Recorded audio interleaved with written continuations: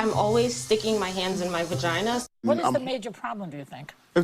Too much hormones. I hope you die. Nobody's saying you can't own a gun. Nobody's even saying you can't carry a gun. All we're saying is you can't carry a gun in town. In certain extreme situations, the law is inadequate.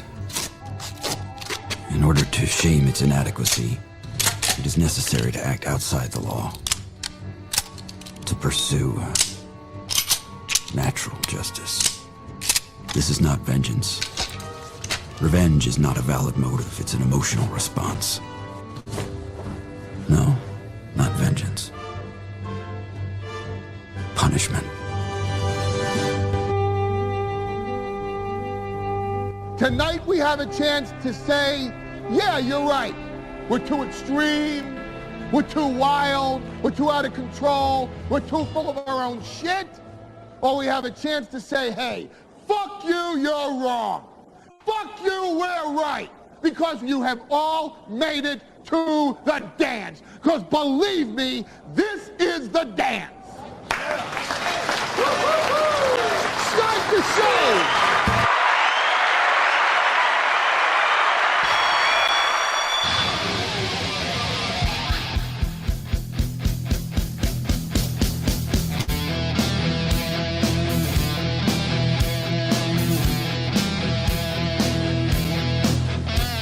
Good morning and welcome to this. Oh my God. It's an awful way to start my day. That is a terrible omen with a stray karmic. Oh my God. Well, you know what that means. Our losing streak is going to continue in the mornings. That's got to be like a black bird at your windowsill. That can't be good. Welcome. This isn't the most pumped I've ever been to do a show, given, how yesterday went and everything else. And then I humiliated myself on the evening show, but at least it was a win. I'll humiliate myself for a win. I just don't want the whole show to be about win. Let's win. But, that's not really up to me. All I can do is give you banger after banger. But a wild karmic showing up right at the beginning, that's a bad omen. That is a bad, bad omen. Welcome to the show. We've got a lot of good stuff for you today. I'm very excited. We're going to change it up, switch it up. By the way, you'll notice no collar today. I just don't, none of it, it's all dumb gimmicks and none of it works. Here's what it is. I'm going to do a good show, dress how I want to dress. If it was I'm all for gimmicks, if gimmicks work. But, if the gimmick's not going to work, why torture yourself? Just fucking do your thing. So that's what we're going to do. If you love the show, support the show. If you're just here to laugh until it all, falls apart, then do that and do it quietly, and that's fine. I appreciate everyone who's been joining the channel, the subscribers going up, the viewers going up. The view count is through the roof. It's insane. It's wild. It really is. It should be illegal.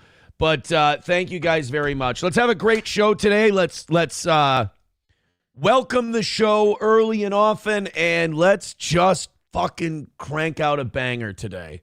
What do you say? Also, I don't think I'm going to do the last 5-minute thing today. I'm kind of in that weird spot where when there's pain and you're just fuck it, let's just do more pain. Let's just I want to just feel that.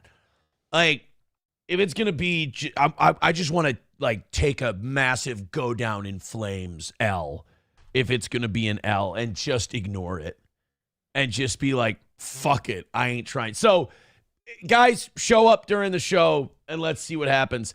It's miserable here in Minnesota. It really is getting to that part in the winter, every winter, where it psychologically starts to affect you.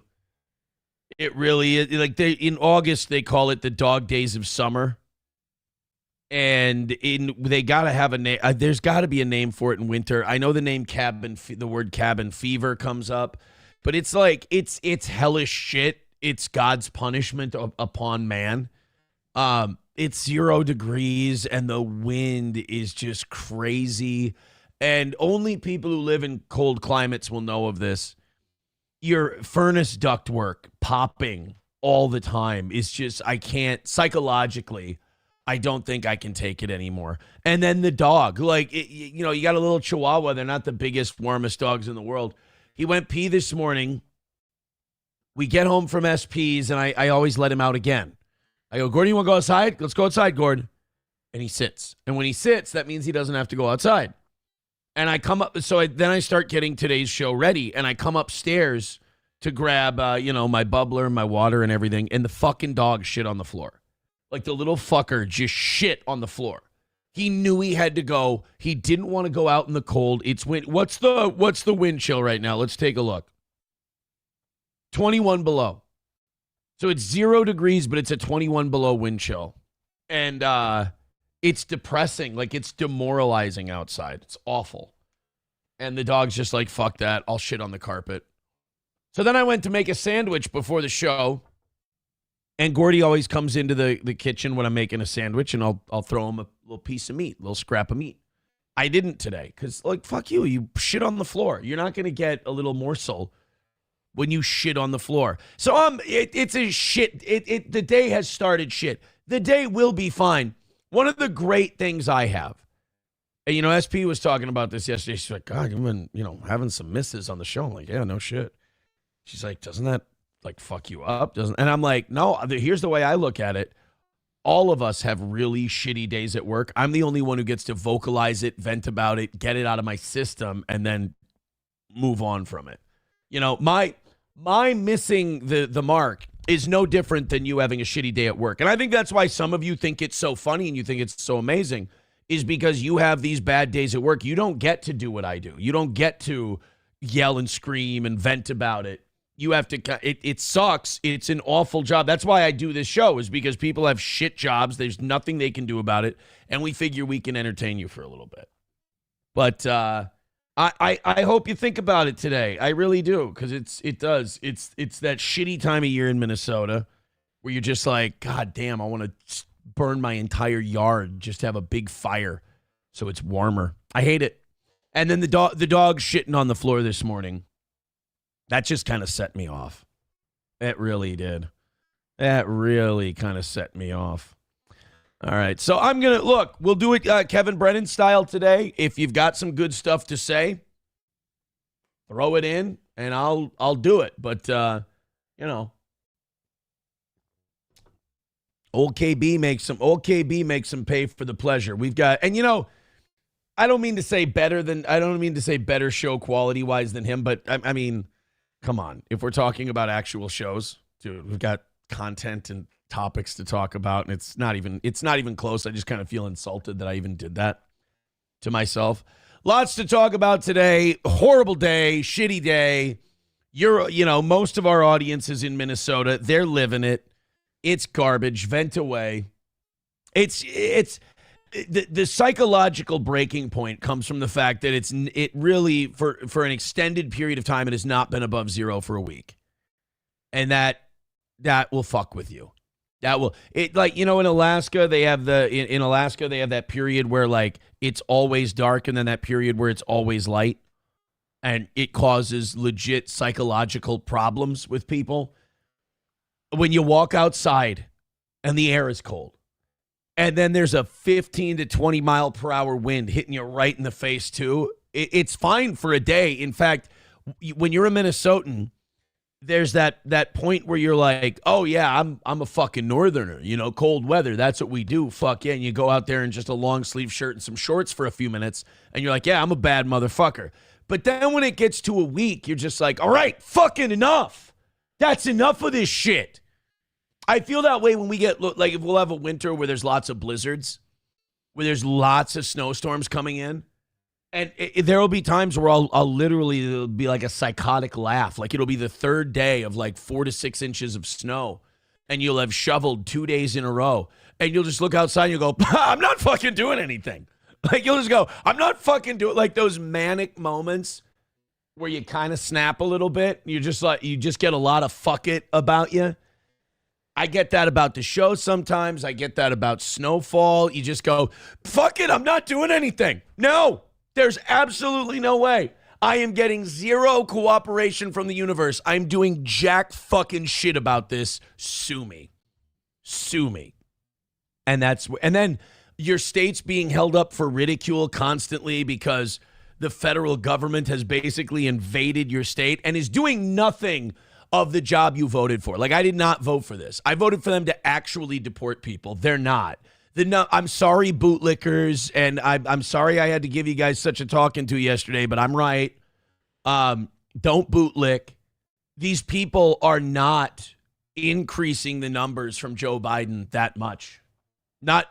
They are doing this as a show of force to go, we're in charge. Yeah, look at the fucking federal government.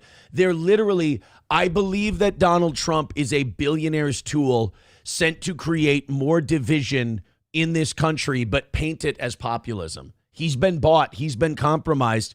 2016 Trump is not the guy we've got now. He's been bought and sold. He's carrying out a mission for the rich and powerful, which is get these people who identify. It's stupid to call yourself a Democrat and Republican. You can call yourself that all day long. They'll never let you in. They don't give a shit about you. They're not on your side. So stop being on their side.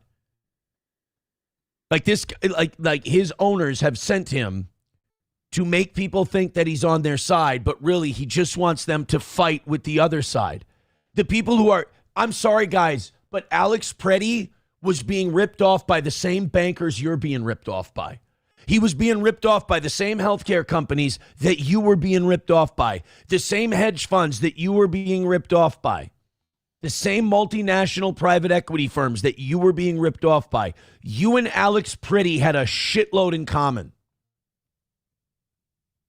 But, you know, so ICE goes in, they dress in army fatigues, and they parade up and down town. You really think that they're mass deporting? They're not mass deporting, guys. Trump already broke that promise. He said, my billionaire owners, big business doesn't like it when we do mass deportations. They like the cheap labor. Oh, by the way, Alex Preddy and you are having their wages undercut by the same people. Immigrants in this country are used as tools to get you to not look at the powerful. And like, I'm all for deportation. I'm all for enforcing immigration laws, but you're literally calling half the, and I don't care which side you are, you're calling half the country horrible shit when these people are, you're all on the same side. But you let yourself get ripped apart. And you can go ahead. I'm not like, when I go back in the chat, I'll probably see people going, you're fucking full of shit. But you can do whatever you want. I'm tired of holding your hand. I'm tired of coddling you. I'm tired of pretending that I'm not right on the fucking money and other people like me aren't right on the fucking money about this. I'm tired of being patient. I'm tired of holding hands. I'm literally watching retards destroy this country and think that they're patriots. I can't do it anymore because it's not just about the position you take. It's about how you carry yourself and how intelligent you sound while you're believing what you believe. And some people like that Zach X guy and shit, they're just fucking embarrassing themselves. And it's then the other side, I don't even consider them the other side. They hold him up and go, well, that's what they are. And it's like, well, he's the loudest one. Same thing with some of these protesters, the blue-haired protesters screaming, fuck you pieces of shit, never going to work and just sitting out there all day. It's easy to hold them up and go, look at these communists, look at these fucking lazy pieces of shit. Don't they have jobs? And then all their stock prices go up and their hedge funds do better, and you're stuck with the same property taxes and the same health insurance premiums. So forgive me if I don't have, after, 2 decades of calling it right, I'm sorry, but I feel I've earned a little fuck you. I feel I've earned a little, fuck you, I'm right. This is not a debate anymore. It's just, we'll get to all of it today. We'll talk about some shit. We'll jump in. And really, the amount you guys want to be involved in it just is up to you. Balls Deep with $2 writes, penis. Thank you. Mad Max Mardigan with $1 says, Aaron, you own a sewer rat, not a dog. Just buy some pads or a litter box and train it. That's what I did with my wife's toy poodle, and he never shit anywhere else. He never shits inside. Like, it's so bad that he snuck a shit inside. I don't like it. It's not good. He's, I'm not exactly a Gordy guy right now, but it's so, like, I can count on one hand the amount of times he's ever done this. And, a couple of those times where I just lost track of time and didn't let him out, or I didn't catch the signs or whatever. A couple times it was because he was being a sneaky little shit. But this too shall pass. $2 from TDR Shit Show says, Aaron, you would want to shit outside this morning? Uh-oh.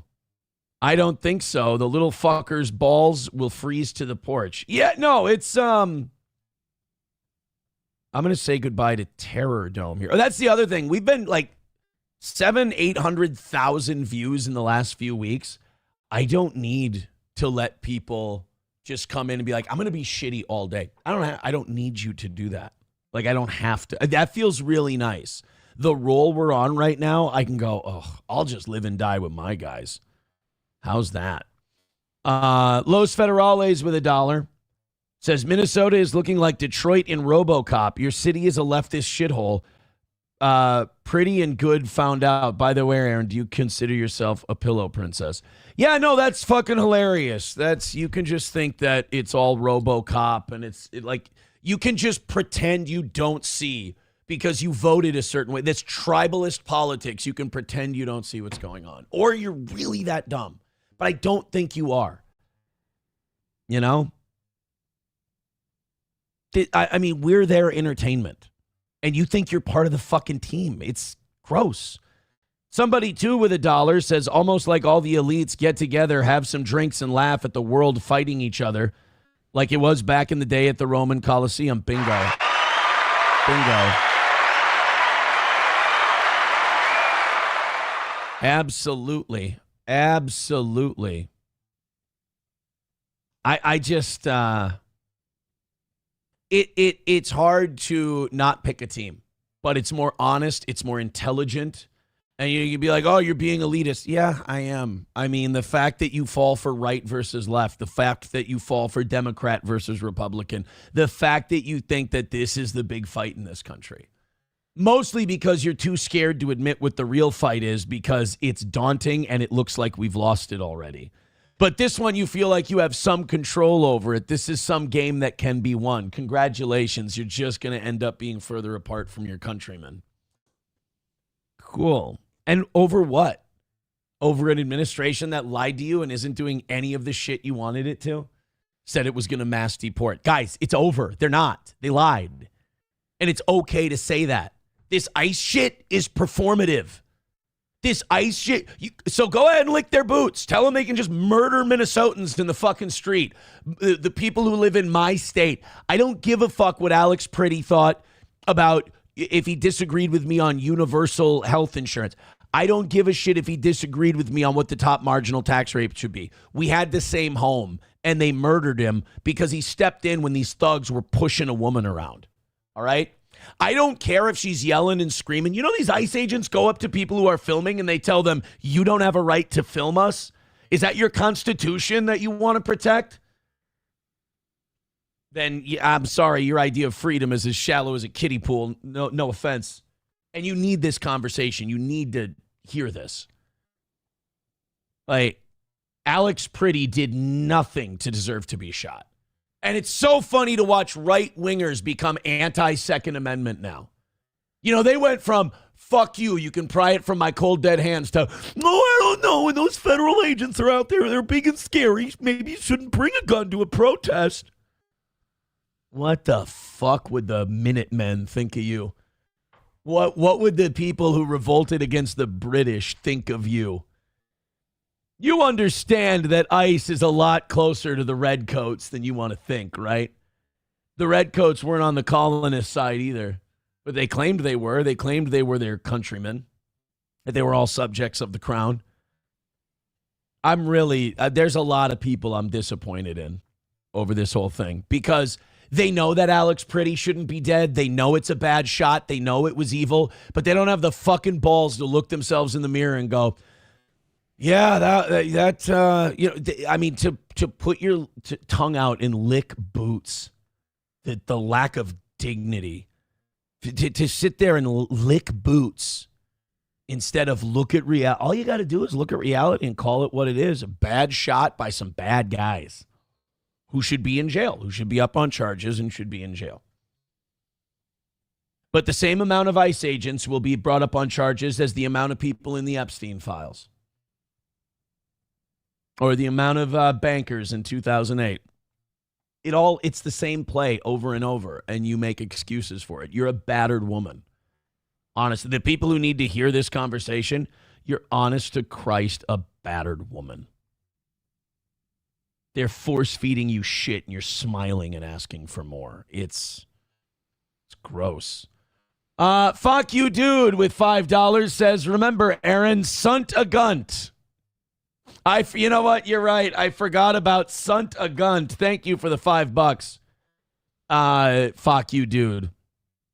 I appreciate it. Thank you so much. More people like fuck you, dude. I am excited to hear your opinions, excited to hear your thoughts on all of this stuff. This is why we have a show. This is not a what do you call it? This is not a lecture. This is not a university lecture. I will go back in the chat after every segment, and whoever's got their hand up and they're going, I've got something for you. I'm gonna hear you out. And I'm excited. And there are times where people go, I think you're missing this. And then maybe I'll change my mind. I'm very open-minded. Yeah, so as far as the vibe of today's show, I think it's just I'm fed up. I think I'm fed up. My state's been held up for ridicule and embarrassment by a bunch of parading peacocks in ICE uniforms, pretending to do something I voted for, just like they've pretended to release Epstein files, just like they pretended to do spending cuts. Oh, by the way, while all of this was going on and you were licking boots and defending Trump, you know what he was doing? Signing a funding bill that fully funds refugee resettlement, fully funds the Department of Education, and fully funds the military in Israel. And while you're talking about Somali fraud, which is important, I think all those people should be tried and they should go to jail 100%. I don't need to hear about it anymore. Let's start seeing some people locked up behind bars. Let's start investigating some politicians and what they got kicked back at them. I agree. Let's go. But by the way, while all that Somali shit was happening, with a $1 trillion a year budget, how much fraud do you think the Pentagon's committing on a daily basis? I want you guys to think about these things because I sit back and I watch the discourse and I watch the debate people are having with friends, with family members, with neighbors. And I'm just like, it's fucking pathetic. You guys are falling for everything they want you to fall for. And it's discouraging because you fight over trivial shit where you know the government's in the wrong, but you voted for the government, so you have to lick its boots. You know they'd kill you without hesitation. You know you're only useful to them if you're singing their praises and parroting them.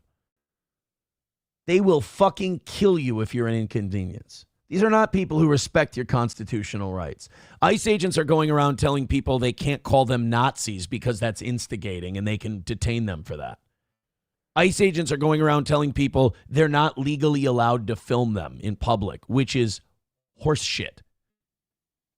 So yeah, it's and then also it's fucking cold out.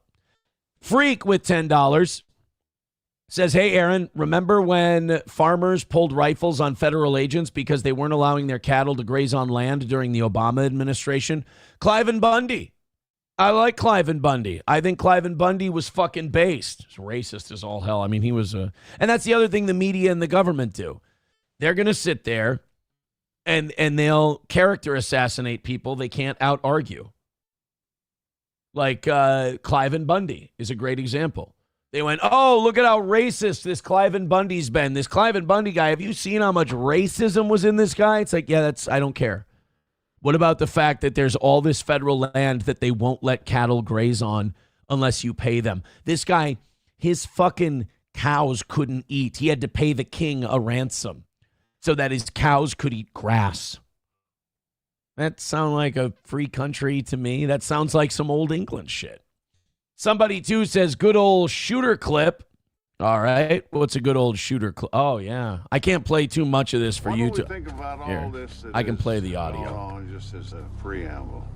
You got any plans after this? You have a rather unique skill set. I'd be interested in offering you a job. Work. For you. It's not really as bad as it seems. It's all going to be... This movie, by the way, has aged beautifully. And Beatty and Wahlberg are absolutely right about how our system is in this part of the movie. Done. In any case, you might as well be on the side that gets you well paid for your efforts. And what side are you on? There are no sides. There's no Sunnis and Shiites. There's no Democrats and Republicans. There's only haves and have-nots. What exactly does working for you entail, Senator? Huh? Raping and murdering innocent women and children, you sick fuck? You sanctioned the mass murder of an entire village so a pipeline could go through. One village! And it brought stability to the region. These sociopaths justify it this way, too. They really do. You know, the old Stalin thing, one death is a tragedy, a million is a statistic. They believe that. And you can't be the big empire, and we are an empire. You can't be a big empire and be good. There's no such thing as a benevolent empire. Main Vein with $1 says, keep tough talking the audience, Aaron. I'm not hitting it anyway. So why not be honest? Why not? And by the way, if you don't like this show because it's honest and having an honest conversation with you, then I don't know what show you've been listening to the last 10 years. Los Federales with $1 says, here's the deal. Don't stick your nose where it doesn't belong. That's right. Don't interfere with law enforcement. That's right, guys. When you see those jack boots with the authority to shoot on sight, don't resist. Don't resist. Lexington and Concord, they should have put down their weapons and gone home. But Aaron, that wasn't foreign. We were English subjects at the time. Our ICE people are trained by the IDF. I don't know, man. I don't get it. I don't get when we lost our patriotism and went to tribalism. It seems like a step back. Oops, should have listened to the OGs with $10. Says, you got Oz back. When is Corey coming back? What's going on now is his area of expertise. I don't think Corey wants anything to do with the streaming game. I think the internet stuff after a while, it kind of became bullshit to him. I don't think he wants to do it. Thank you very much for that 10, by the way. OG. Appreciate it. And thank you guys for all these opinions coming in early and coming in hot. You know where to send them. Streamlabs, PayPal, Venmo, Super Chats, and Rumble Rants. Oh, God, you have no idea how good the beginning of this show has felt. Oh, this feels good. This is the show I want to do today. Oh, it's so liberating, you know? And I saw one person say this, like, it's either Aaron's way or the highway. That's what people say when they're losing an argument and they can't fight back against the points. They go, oh, that's a cope. You're being a baby. Your way or the highway. No, make a good argument. Convince me. But your argument cannot be, no, the federal agents can kill people. Sorry, you got to do better than that. I'm sorry that I'm holding you to a higher standard. I know other shows just want to take your money, tell you what you want to hear. I can't do that. I'll die. I'll go sell cars or something before I'll do that. I will be honest with you. I will tell you the truth as I see it, and then you tell me back. People have convinced me before. And look, man, I understand the frustration when you hold a wrong opinion and you've been fooled and it's not getting through and you can't refute the other points. Typically for me, when that happens to me, I change my mind. I change my opinion. Instead of making copes like, well, I guess it's either your way or the highway. That's what children do when they're not getting their way. So either realize that, and doesn't it feel good to go, yeah, my government is against me. I do need to push back. These people are manipulating me. I mean, doesn't it feel good when you find out that you're being fucked with and now you can do something about it? But I get it. The doing something about it part is really tough. It's really difficult. It's a lot easier to go, well, I'm just Team Red, and if they win, I'm winning. I got news for you. Whoever hoists that Lombardi trophy in 2 weeks, they're not letting you touch it. You don't get to go on the field and touch it with them.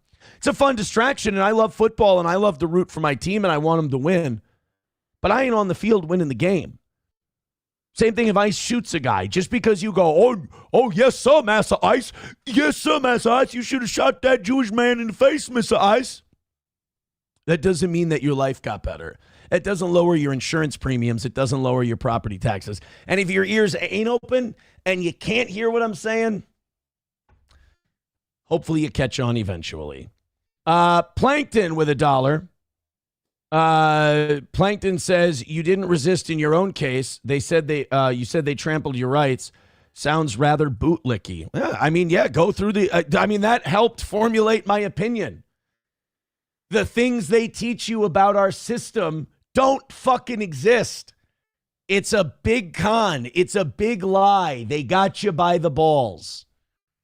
That's why I come to you and I tell you this stuff. So again, you can come to me with a counter argument, or you can get uppity. But I really am on your side, and hopefully you see it. Hit like, hit subscribe, hit follow. We're telling some uncomfortable truths on this show, and thank God that's the kind of show we are. Let's do the Black Panthers thing. Here we go. I love this so much. So remember last week, we had the new Black Panthers. They're like, we're going to go to Minnesota and by any means necessary. And there's like some fat broad and then another guy who kind of looks like Jacob Fatu. And like a couple of them looked mildly badass, but most of them just looked like guys who would knock over a 7-Eleven. Well, there's a problem with the new Black Panthers. The old Black Panthers, turns out, hate the new Black Panthers. And I didn't know this was possible, but they're having like a franchising disagreement. The old Black Panthers aren't letting the new Black Panthers use the name. And this is why I love the old school 60s. You know, the white conservative Midwesterners in my audience don't like when I say this, but I think it's because they haven't read up on it. I think the most based guys out there are the old 60s, civil rights era, Black Panthers, Nation of Islam guys. Those are my favorites. I love those guys because they're no bullshit. They don't try to take opinions. What I respect about the Black Panthers and what I respect about the Nation of Islam, Black Panthers especially, they're willing to go to war with their oppressor. I like that idea. But the Nation of Islam, too, is they're willing to say shit that isn't popular, and they're going, fuck you, this is real to us. Fuck you, this is true to us, and we're going to fucking say it. And if it makes you uncomfortable, good. That's our whole point, is to make you uncomfortable. Well, the new Black Panther Party wanted to go out and resist ICE. The new Black Panther Party said, Youngblood, sit down, let an OG talk to you. And the OGs told him, I don't know what you know about the Black Panther Party. We're anti-illegal immigration. Like they literally said, you can't use our name because you're using it in support of illegal immigration. Let's play the clip. The new Black Panthers having to tell everyone that the old Black Panthers ain't down with them. All power to the people. As everyone knows, I'm Paul Birdsong. I got a message from Aaron Dixon today saying that he no longer supports us. That after he gave me orders to make a video saying that him and other members were coming, that he withdrew his support. And that he said that this situation is unimportant to him, even though my comrades have risked their lives and spent thousands of hours of their time and dollars in life. You understand why the old Black Panthers say this isn't important to us? Because they've got their eye on the bigger prize. They understand where the real fight is. And it ain't a bunch of fucking poor, poverty-stricken, illegal immigrant Mexicans in Minnesota. They understand the fight is bigger than that. Standing behind a cause, you know. He said he's going to make a statement saying no one has the right to call himself a Black Panther going forward. I told him to make sure that he put in that statement that he did, in fact, give us the right to call ourselves that, because I still have the messages where he did, just in case he doesn't. And I put in there also, make sure that you put in there that Emory Douglas did give us the right to wear that emblem, because I still have... I fucking love that the old Black Panthers are like, oh, we have a dispute. We're going to kick the shit out of you. And the new Black Panthers are like, I'll release the text messages since you're being so mean. God bless. By any means necessary, brother. Messages where that happened too. But as it stands, because of that, because of me and my comrades risking our lives and all the heat that we went under, because of the counter-revolutionary practices, because we don't believe in black nationalism, like Bobby Seale said in the video that I shared on my page earlier, that black nationalism is acquiesce to racism, and that we don't stand like that we're internationalists and intercommunalists, just like... Listen to this. The globalists have even gotten the new Black Panthers. The old Black Panthers, this is another base thing about them. They were like, we're going to keep our black dollars in black neighborhoods with black-owned businesses. And by the way, that is smart. That is a community. That's how you create an economy that's independent from the globalists, that's independent from the hedge funds. We're going to create a small restaurant. Black people are going to go to it. We're going to create a grocery store. Black people. The whole idea behind black nationalism is that scene in Malcolm X where they go, we can get wool from sheep, but where are our clothing stores? We can get milk from cows, but where are our grocery stores? That's the old Black Panther attitude. Whereas the new Black Panthers are like, we're internationalists. Then that ain't Black Panther, son. That's just called the Democratic Party and the Republican Party. Go join one of those because you ain't radical, son. Huey Newton said, we will no longer identify with this flag. We will no longer identify ourselves as the Black Panther Party for self-defense. Really? You're going to throw the Black Panther flag on the ground? I hope the OG's still got enough Geritol in him to come smack the shit out of you, boy. We're going to take OG. That's the end of his statement. Drops the Black Panther flag on the ground. Oh, man. These kids today ain't got no respect. I like that vibe, though, man. That old 60. We need to bring that shit back. Then you guys would know what real, free speech is. You guys would understand what real resistance is. You guys would understand what make America great again and fighting back really means. As if the Nation of Islam and the Black Panthers came back and they said some really wild shit. That would make you guys realize that your little vote for a mildly right-of-center corporate bought-off president doesn't mean shit. Doesn't mean shit. Veldrain with $1 says, I think I'm watching on Rumble. Could have sworn all that all the gay fat libs are on YouTube. Oh, I forgot. If you're actually on the right wing, if you actually ride for the shit and you don't just suck the dick of anyone wearing the t-shirt, I forgot that makes you a lib. Oh, you see, I forgot that. And I'm sorry to mock you. I'm sorry to make fun of you, but if you're still playing the right-left game, you're so far behind this shit. But hey, that's why I'm here. I'm here to help you catch up. Hulkamasha Baby with $1 says, I don't know why people care so much about what you say. 4 years ago, you were Mr. Nothing We Do Matters. Laugh as you die. Now you're this guy. I'm sure you'll have a different take in 2 years. I mean, enough shit happens that it just kind of makes you go, all right, I'll make a stand on this one. If you think I'm going into this one winning, Hulkamasha Baby, and I appreciate the dollar, but you understand that I'm not doing this thinking I'm going to win. I'm doing this knowing that it's dead, knowing that it's done, knowing that people aren't going to be smart enough to turn this shit around and see what's happening to them. They actually believe the left and the right don't play golf together. They actually believe that the left and right are actually angry with each other. I mean, no, the reason I say nothing we do matters, nothing is because it's true. That doesn't mean I don't have opinions. Try to understand, try to grasp those two things at once. That's the biggest problem our country has. Is that people can't hold two things in their head at the same time. They overheat and explode. Yeah, nothing we do is going to matter at this rate. Voting, shit like that, it's all owned by the same people.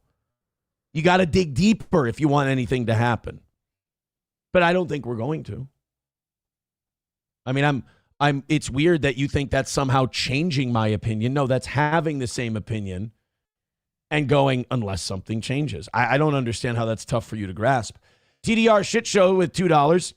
Says, I think the problem is we tune into your show to laugh in the morning, not get the same pep talk every morning about the stupid government. Well, I mean, look, I had a fun show yesterday. How'd it go, right?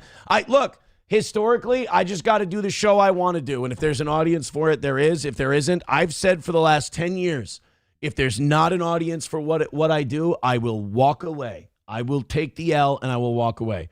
So far, that hasn't happened yet. When it does, I will walk away. But one thing I can't do is just chase opinions that I think people will like. I have to do what I like doing. And so far, enough people have wanted to support that I can keep it going. Joey Caravello at $2. No, and Cocktail goes, you get upset because people disagree with you. No, I challenge them. And unfortunately, I haven't gotten a good answer back yet. Joey Caravello at $2 says, has Johnny ever been a naughty boy and gotten a spanking from you? No, Joey Caravello, he has not. He has not been a bad boy who got a spanking. And I love this spirited debate. I love that people are throwing a couple bucks in and they want to argue with me. This is good. I'd rather have this than have them just swallow it whole cloth. Somebody, too, says one thing that doesn't change about Aaron is his eating habits. Way to stay strong in what has been maybe 3-4 years going strong, trying to get to fighting weight. 215 to 225 has been a battle for me since I was 18, 3 or 4 years. Dog, are you new here? Youngling Slayer with $1 says it's all pro wrestling. Speaking of, Triple H needs to be Maduro'd. Oh, did you watch that latest season of Unreal? The creative team in WWE it's baby Huey. It's embarrassing. Jesus. And now there's rumors they think that WWE is hinting at bringing Vince back. That they keep dropping these hints to a phone call the GM's getting from the big guy. I don't think they have the fucking balls to bring Vince McMahon back. I don't think they have the fucking gall to bring Vince back. I mean, this is a guy who's been accused in court papers of fucking sexual trafficking one of his employees. If they bring him back, it'll be the biggest fuck you move I've ever seen. And if they pull it off, I will applaud WWE. It's insane. It's crazy. There is no reason for it to happen.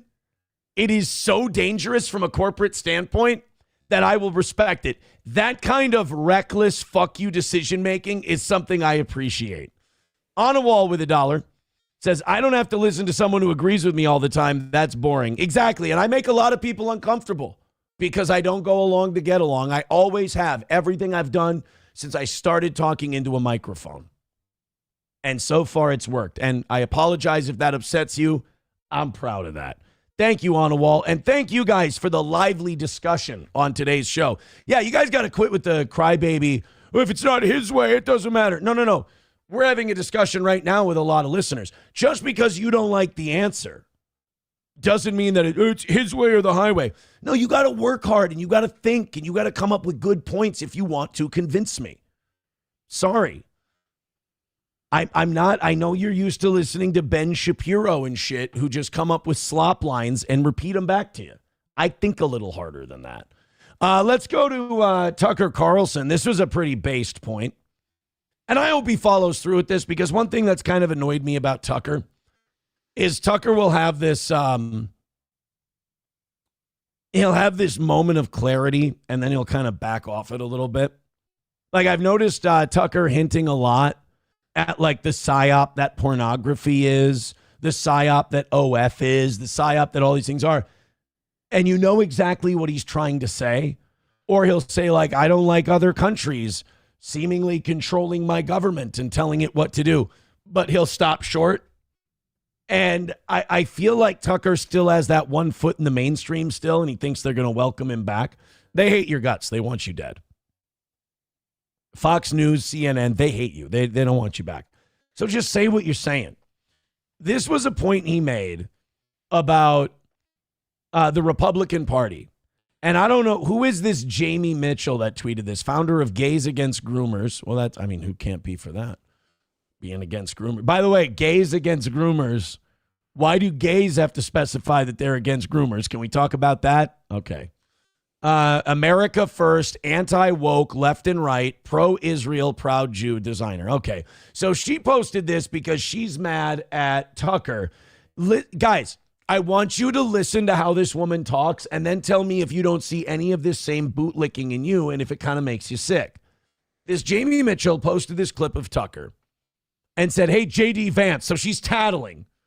Hey, J.D. Vance, check it out. I found yet another conservative influencer attacking our side and sowing discord. Imagine someone has a fucking opinion and you see it as attacking our side. Fuck you, lady, and everybody who looks like you, because everybody who believes that is making this country fucking retarded, handing it over to billionaires and creating idiocracy, and they think they're being based or they're being MAGA. He's attacking our side. You understand these lefties that you like to go after so much? They do the same thing. They talk the same way you do. You're the same. But you know what the great thing is? You have nothing invested in it. You can break out of that at any time.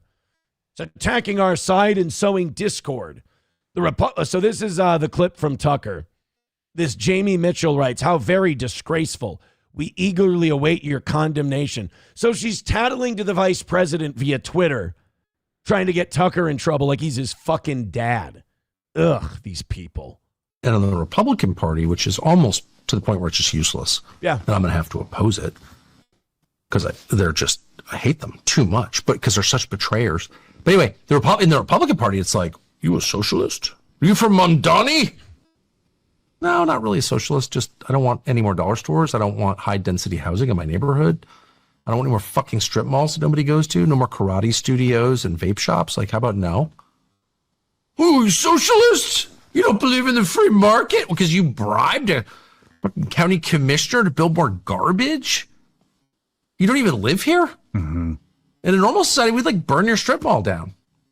So you can't do that here. You can't turn my women into prostitutes. Sorry, OnlyFans. And you can't destroy the landscape that I live in. And you'll get people, their feedback will be, oh, you don't like the free market? This ain't about free market, man. It's about a good place to live. You know, I don't want any more vape shops. Yeah, it's a quality of life issue. And then they go, and then the people who hold water for the Republicans go, free market, free market. You really think it's free market? Like he said, you bribe a county commissioner. The county will give you tax easement deals if you're big enough. If you want to open your own like standalone chicken store, fuck you.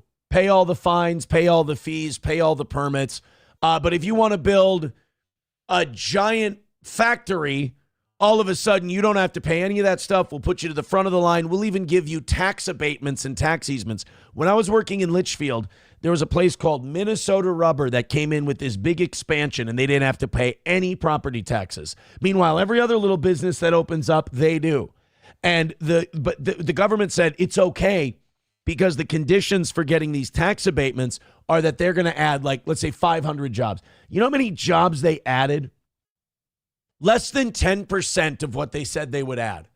And did the county make them pay those taxes? Nope. They just reworked the deal.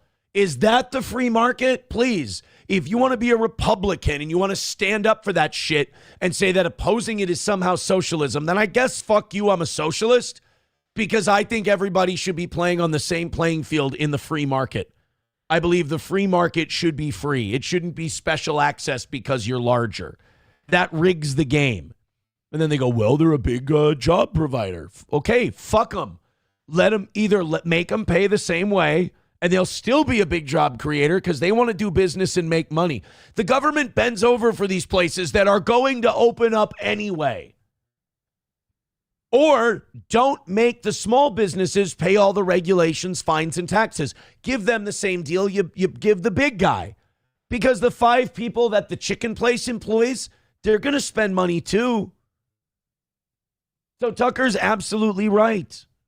But I guess we gotta love the Republicans for some reason.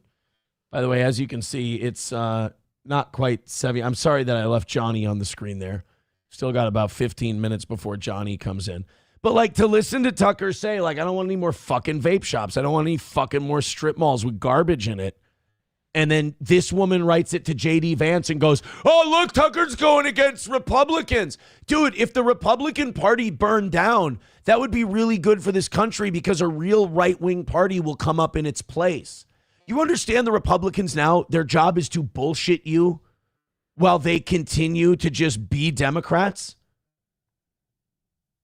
Trump reversed all the Doge cuts. They don't exist.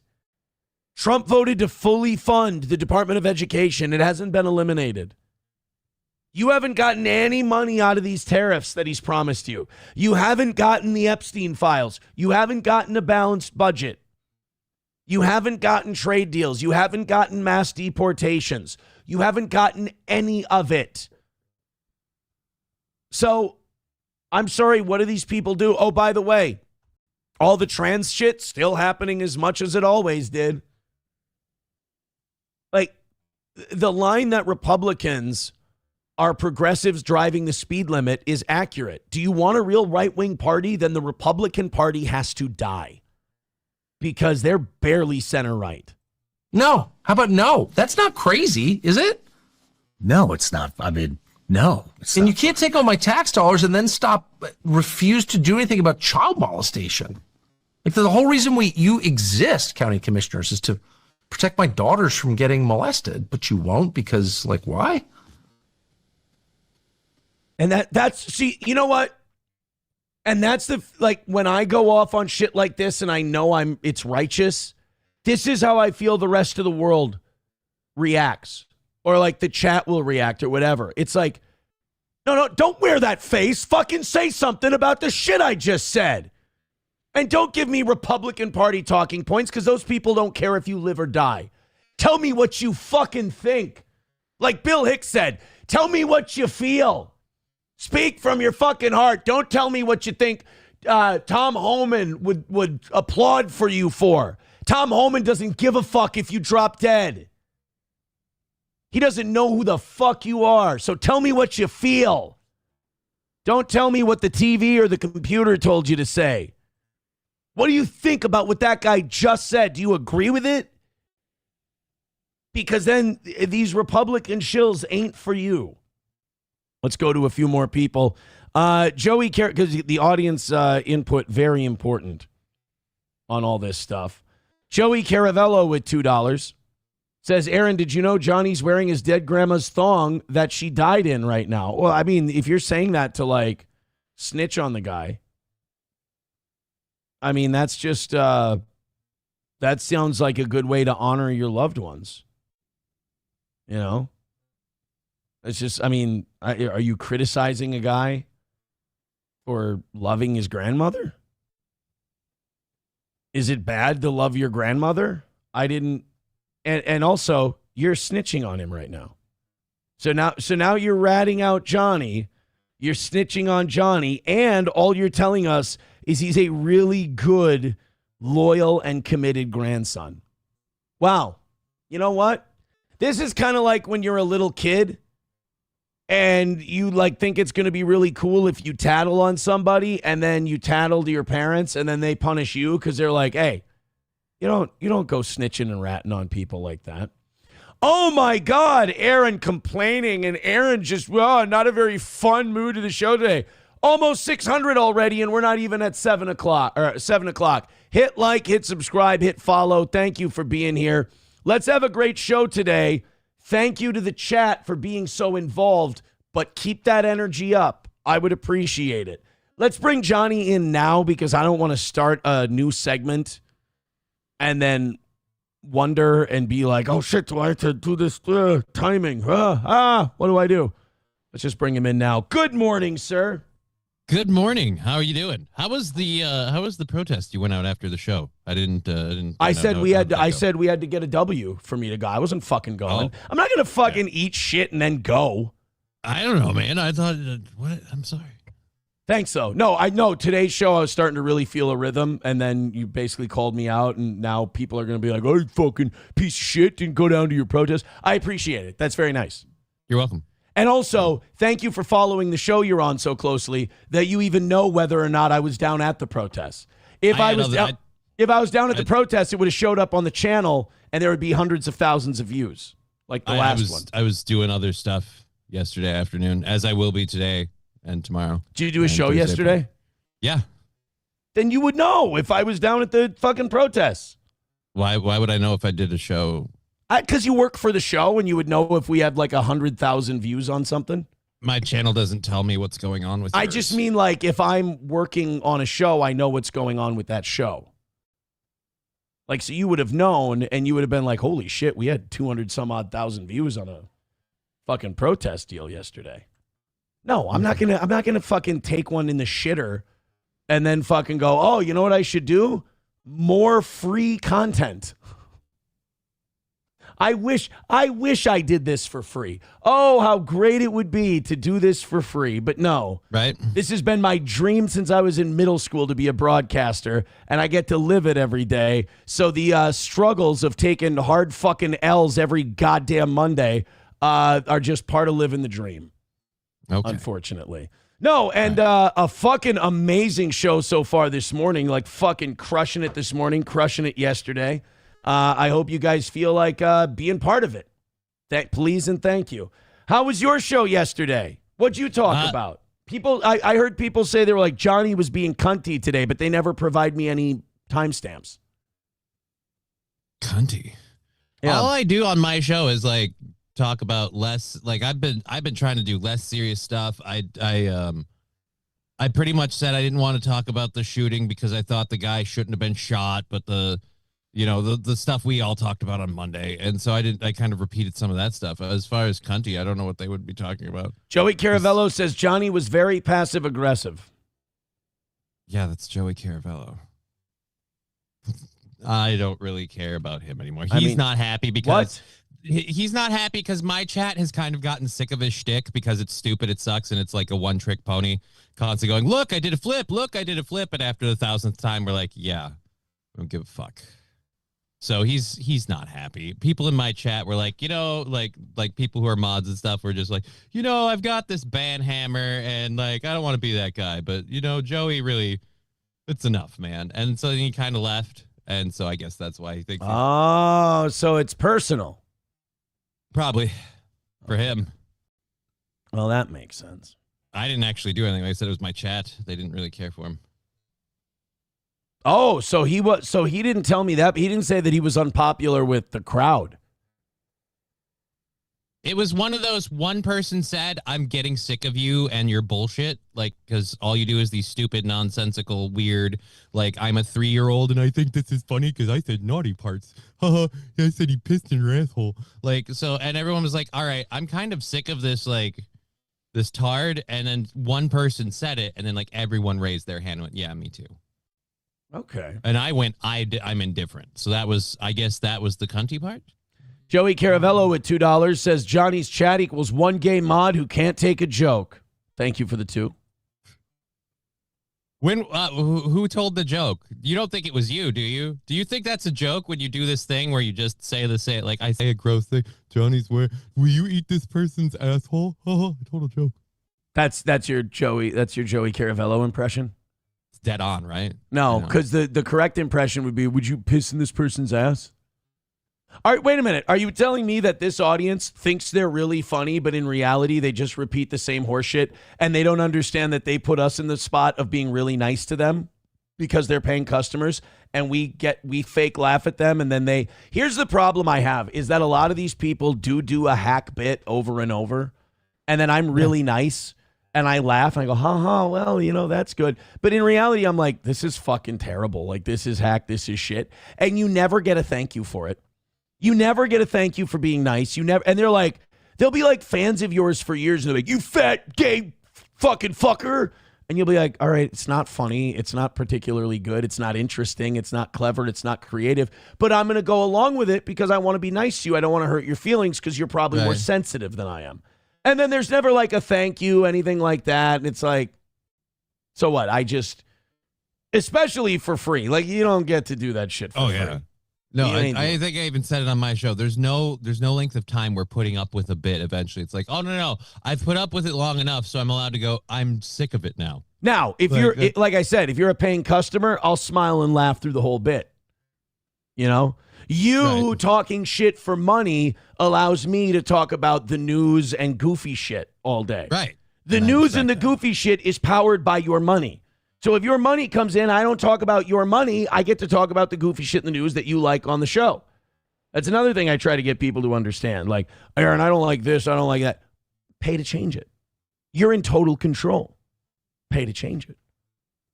That's 100% on you. So Joey Caravello was doing the same, you know. The bit he's done since we've known him forever. So it was just, like I said, I've gotten to the point where I just ignore it. Like, I see the comments and I just look at him and go, oh, okay, it's Joey Caravello. And I just move on. And that's that, unless he puts like a paid thing in. Then I read those. See, and now he's paying $2 at a time for you two to fight with each other. And as the host of the show, I love that. And I am totally fine with it.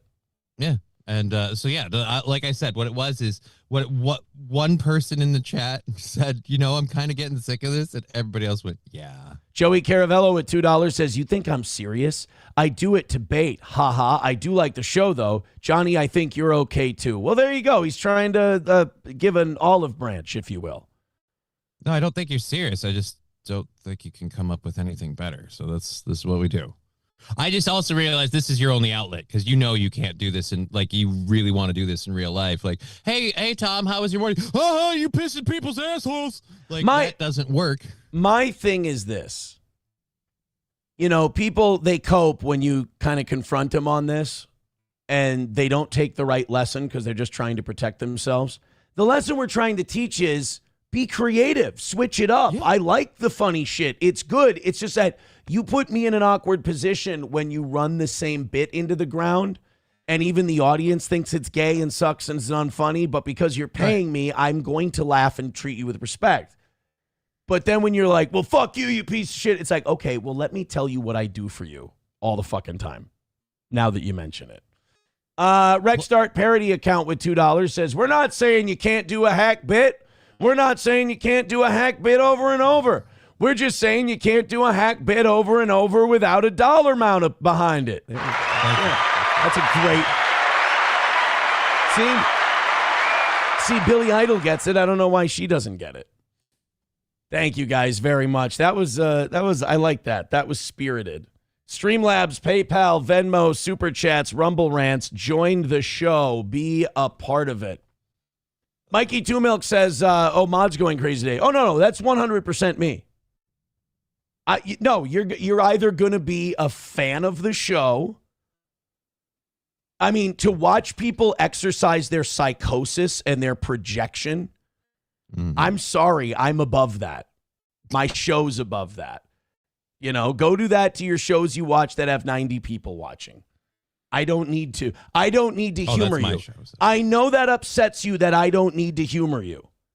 And I know some of you don't like it when I do this because you go, Aaron's being condescending. No. It's called self-awareness. It's called understanding where you're at and who you are. If you want to say what a piece of shit I am, I fully endorse that. You should do it. It's just like, you can think I'm the worst guy who's ever lived. That's fine. I mean, if I've upset you and I'm in your head that badly, I'm not going to let you walk through the front door of my home and do it. If you love the show, I appreciate you. Stick around. Have some fun. But no. You like wreck the experience for other people when you do shit like that. Somebody with $1 says, "Ha, Aaron, you fat fucker. Keep up the double chin look, four-eyed freak. LOL, now smile." See? And you get a better reaction the more zeros you put behind it. And that's the nice part. All right, let's jump right back into the horse shit that we've got for you today. Hit like, hit subscribe, and hit follow. I have bad news for the people who think I'm the worst guy who ever lived. 6:18 already, less than an hour in, and we're heading towards 700 today. Keep hitting like, keep hitting subscribe, keep hitting follow. They don't like it when I punch them in the nose. Prosecutors in Northern California. Now, this next story, I wish I had video for it, but it's kind of an ongoing, like, 11-year saga. So out in California, there was a woman, she married woman, and she died. She was, I think, in her 50s at the time, because the man now is 66. So I'm guessing they were in their 50s about, the wife was about the same age as him. And 11 years ago, it was believed that she ended herself.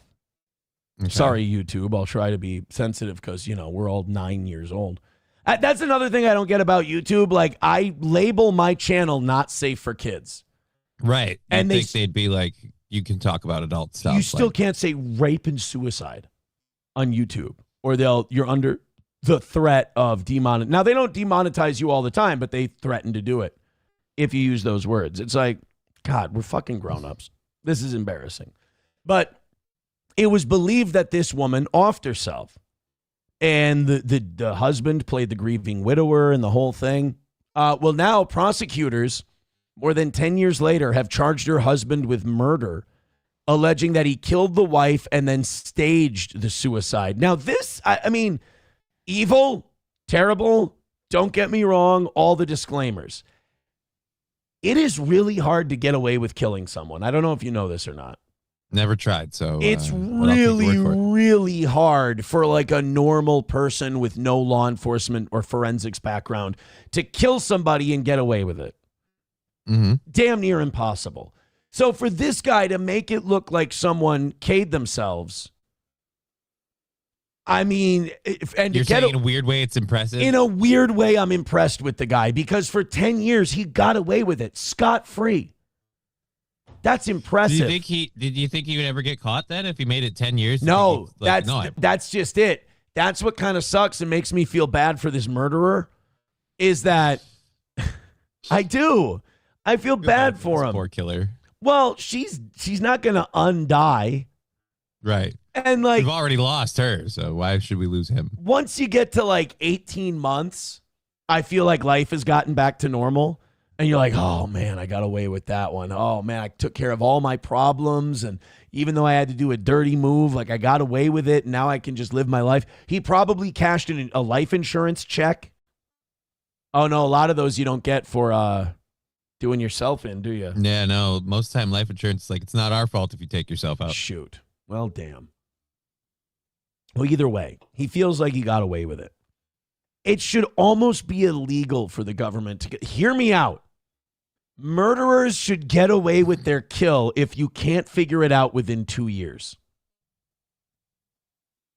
And I understand that's not a popular opinion, but there's got to be stakes, you know? I mean, it's not fair that you can cover up a killing. Do you know how much technology changes in 10 years? It's an unfair advantage they have. This guy, using the technology of his day, was able to get away with killing another human being. All the investigations, all the forensics, everything couldn't catch the guy. Well, that's where TV leads us astray. We think forensics is really, really on point. John Grisham, or whatever his name is, from NCIS is going to find everybody. Have you ever thought of like how you would kill somebody? Unfortunately, yes. I've seen enough. How would you do? How would you do it?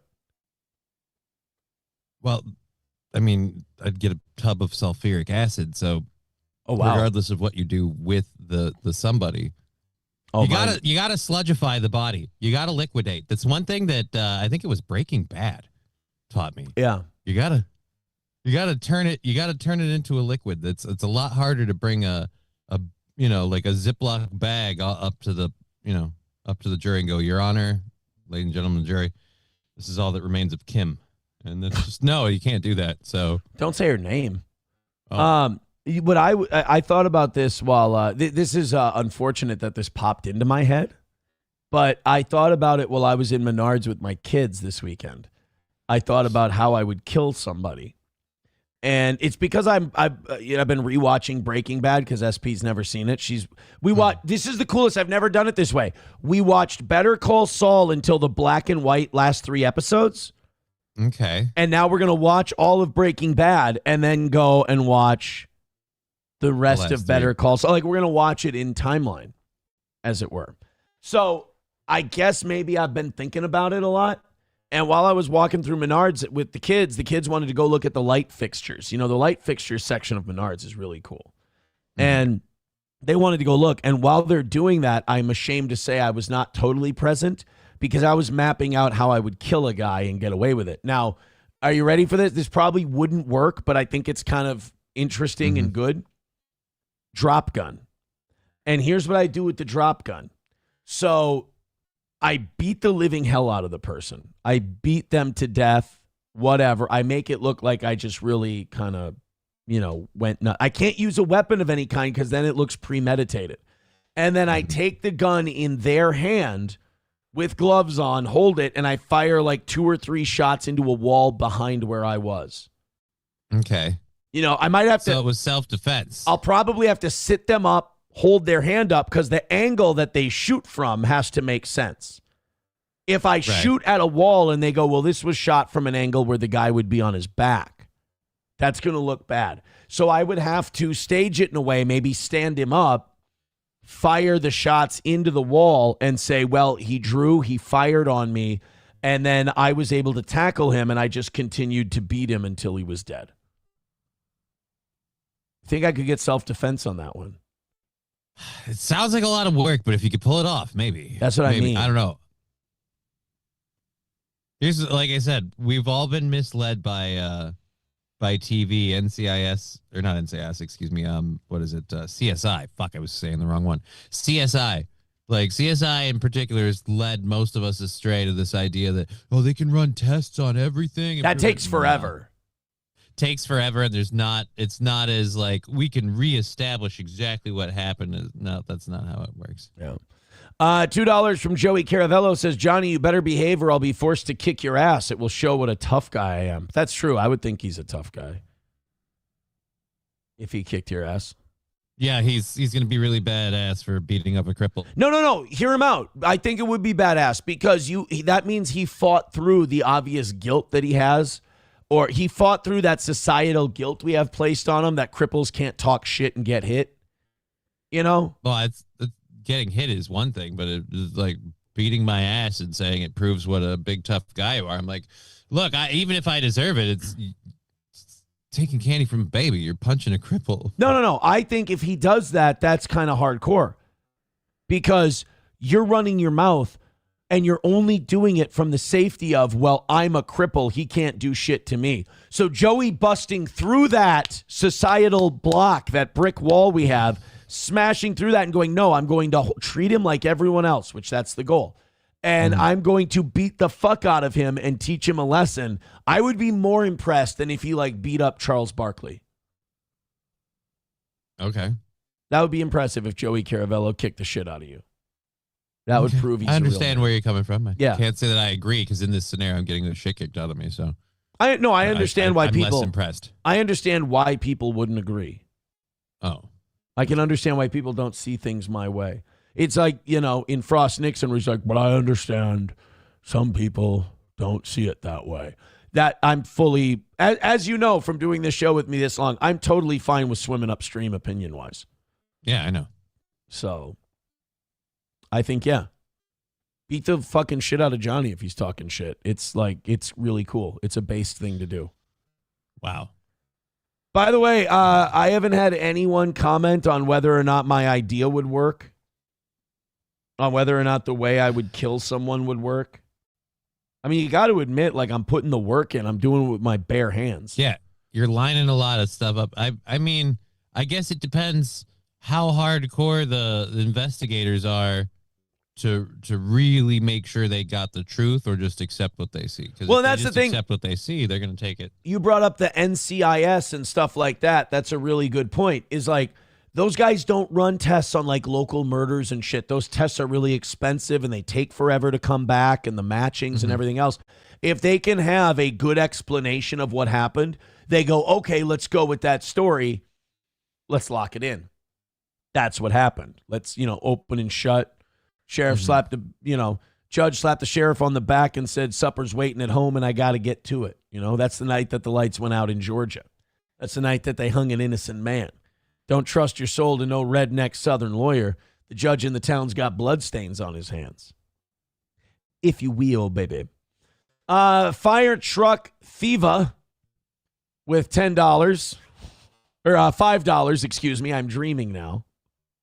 Says beating off and busting a nut in a guy's ass, whether they are crippled or not, is remarkably gay, just like Aaron. Who said anything about this is now? I think they're just assuming because it's Joey. Joey Caravello's $2 has totally derailed this show. Yes, it has. Yeah, totally has. Throw in a couple of bucks and we'll gladly put the show in the chat. I'm going by Brennan rule. We lose by triple digits one day. I'm going by Brennan rule. Texas law, if you will. So anyway, this guy who they thought his wife offed herself 10 years ago. Yeah. And he's been playing the grieving widower ever since. They've now charged that guy with murder, staging he alleged the killing more than 10 years ago. Police in Antioch, a city of approximately 37 miles from Oakland, California, responded on September 28th of 2015 to a home in a residential neighborhood and discovered 52-year-old Brenda Joyce Leon dead from an apparent self-inflicted gunshot wound. Homicide investigators located a note at the scene. That's smart. Gets the note, writes the note. Now, if you got to type it out, right? You can't handwrite it because that's going to leave all kinds of problems. All kinds of traces. So you type up a nice, touching letter. You left a letter behind too, real sweet. What is he? God damn it! What does he say? All broken up about not being able to do your job. Oh, real touching stuff. According to her obituary, Leon and her, quote in the obituary, loving husband, Michael Anthony Leon, were married for 33 years. How do you decide? And now look, I've never been married for more than 4. So I've been married for like a combined 6. Okay. All right. So what do I know? Right. But after 33 years, I feel like the decision to kill the person has come and gone. Like that window, that's like the first 5 years you kill. I'll give you maybe even 10 to kill your spouse. Once you've been living with them for 33 years, like if you haven't adjusted, I'm going to go ahead and say you're the problem. Yeah, I feel like no matter how slow the irritable burn is, there's no way they waited out that long and then just flipped to kill you. Yeah. Although, what if either A, insurance payout, or B, what if he knew she was going to be getting sick eventually and he was going to take care of her? Oh, that's truly evil. Well, we just did a story yesterday where somebody else did that. So I'm like... That was Canada, though. That's that rotten commie country that you and your chick want to live in, where you just go... Want is a strong word. I desire a person. That's different. You know, where you go, hey... And medical treatment. Hey, I'd like a consult with maid. And maid's like, all right, we'll come out. And then you go, ooh, is that what it entails? Yeah, I don't want to do that anymore. And they go, yeah, tough shit, you're dead. And they killed that lady. I had to look that story up a few different times. She is dead. She's dead. The country murdered a lady. Because her husband said he didn't want to take care of her anymore. And then Canada said, we don't want to pay for her hospice care. So they killed her. They euthanized the lady like a golden retriever. And guess what we're already putting in place to do here, man? I think Maine's starting it. Maine's is in America. It's just not nationwide yet. Dude. But when it starts making that organ money, ooh, boy. Canada's a fucked up place, man. See, I don't like that. I don't like when countries like start poking the dirty end of the stick at America, and it's like, come on, go clean up your own shit. I mean, yeah, we got a fair amount of problems on your own. Yeah, we're fucked up. This country is not doing well. Its people are really stupid and tribal, so we're devolving there. When you get tribal, by the way, you're going back in time. You're becoming cavemen. So we're tribal, and we're in abusive relationships with two parties that don't give a shit about us and abuse us and take our money and give it to wealthy people. But we're totally fine with it because they say nice things about us in stadium rallies. So this country may be turning into an idiocracy country, but you guys, you're murdering old ladies because you don't want to take care of their dumb, sick ass anymore. Right. And then you're killing young people because you can sell those. You know what they did? What? They killed younglings. That's not the younglings. One of my favorite parts of those Mr. Plinkett Star Wars reviews is he goes, and then they inform us that Anakin killed younglings because in a Star Wars movie, it's still insane to say he murdered children. And it's true. It's like he killed younglings. Like, oh, you mean he murdered small children with a lightsaber? Yeah, we like to say killed younglings. I mean, we've never heard in the Star Wars universe that they call children younglings. Nope. In fact, I really don't know many places or that I've ever really heard that phrase before. That's part of the reason it didn't feel right. It was so out of place. Like, I've never... Younglings? Okay. Hulkamasha Baby with $1 says, you'd have gun residue on your hands from firing the gun, and you couldn't wash your hands for fear of looking guilty, so they'd get you. See, I knew somebody was going to find Well, I thought in your scenario, though, you were posing that you shot the person and you were making it look like you shot them in self-defense. No. I beat them to death with my bare hands. I brought a gun. I put it in their hands after they died, and then they shot at me. But he's right. I'd have gun residue on my hands. Wait a minute. Okay, Hulkamasha Baby, hook me up here. How about this? I have the gloves on, right? Mm-hmm. And I wear like an old shitty sweatshirt. Okay? I take off the gloves. I take off the sweatshirt. I burn them in a bonfire with a bunch of shit that I burned the night before. And it all turns into the same pile of ash. Yeah? Because then the guy's on my property. Right. With a gun. Yeah, but the gun's not going to be traced back to him. Mm. Yeah. See, this is why I'm pro just asphyxiate and sulfur bath. Just let them. I don't hate your sulfur bath idea, but let me ask you this. Are they going to be able to... You got to buy the sulfur with cash. Look, I'm not saying it's the perfect plan. What's phase 2? Phase 3 profit. They're also telling me that they always question bonfires. Shit. Yeah, and people just big enough to be suspicious. And who's the gun registered to, you know? All of that shit. I guess I don't get to kill anybody. Son of a bitch. Dan Vicious with $5 says, for Johnny's kickboxing lessons, you're going to need them, dude. Joey Caravello's going to kick your ass. Great. I'm going to have that white belt soon. Any day now. You get that one for signing up. Oh, shit. Yeah, yellow is the next one up. That's the one you get for pronouncing hi-ya correctly. The orange belt is the one where it shows you can kind of throw a punch. Then after orange, it's red belt. And red belt is like you can throw a decent kick. And then blue belt is you can give some guy a headlock takedown. And then purple belt is you can drop kick a guy. And then brown belt is you can scissor kick a motherfucker. And a black belt is when you can do a Hurricane Rana. Anybody who's been in martial arts, please check me, but I think that list is correct. I know for a fact black belt is Hurricane Rana. Once you can grab a guy's head with your legs and flip him over, you get a black belt. That's undeniable. That's unquestionable. If you want to question me on that one, you're losing this debate. I know for a fact that in martial arts, once you do a Hurricane Rana, you get a black belt. I'm just curious. How have you taken martial arts? You seem very well versed in. I read a lot. Oh, okay. Yeah. So that's I do know for a fact that once you Hurricane Rana a motherfucker, you get a black belt. It's automatic. Yeah. All right. Thank you for the $5, Dan Vicious. I appreciate it. You want to be part of the show? Keep chipping in like he does. Just, don't want to think about yesterday, and I kind of want to just do a show, and I hope good things. Like, if I do a good show, people will reward that. I need to believe that's the way the world works, whether it really does or it doesn't. 636 of you checking out the toe.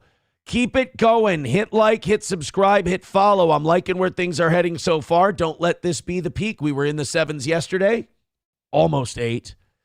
I'd love 8 today, but I'm happy with 7. Joey Caravello with $2 says Johnny's version of a black belt is using the shitter without help. So I'm a black belt. Cool. No, thank you. No, you still have to do a Hurricane Rana. Oh, fuck. Still have to do a Hurricane Rana. That's going to be difficult. All right, so back to the guy who murdered his wife 10 years ago, and they just found out now. In 2012, her husband, who worked in marketing for an HVAC company, that'd be kind of fun. Like, you're coming up with ad campaigns and shit for an HVAC company. That would be a fun gig. I would like to do coming up with ad campaigns. I got to start looking because nobody fucking gives a shit. I might, You know what the cruel tragedy about the death of the toe is going to be? What's that? As we have our largest viewer count ever, hundreds of thousands of people watching us, is going to be the same time where it's like the beginning of the end. Oh, crazy is that going to be? It's like, it doesn't make any sense. You have those stores that go out of business and they're like, they've never had more shoppers.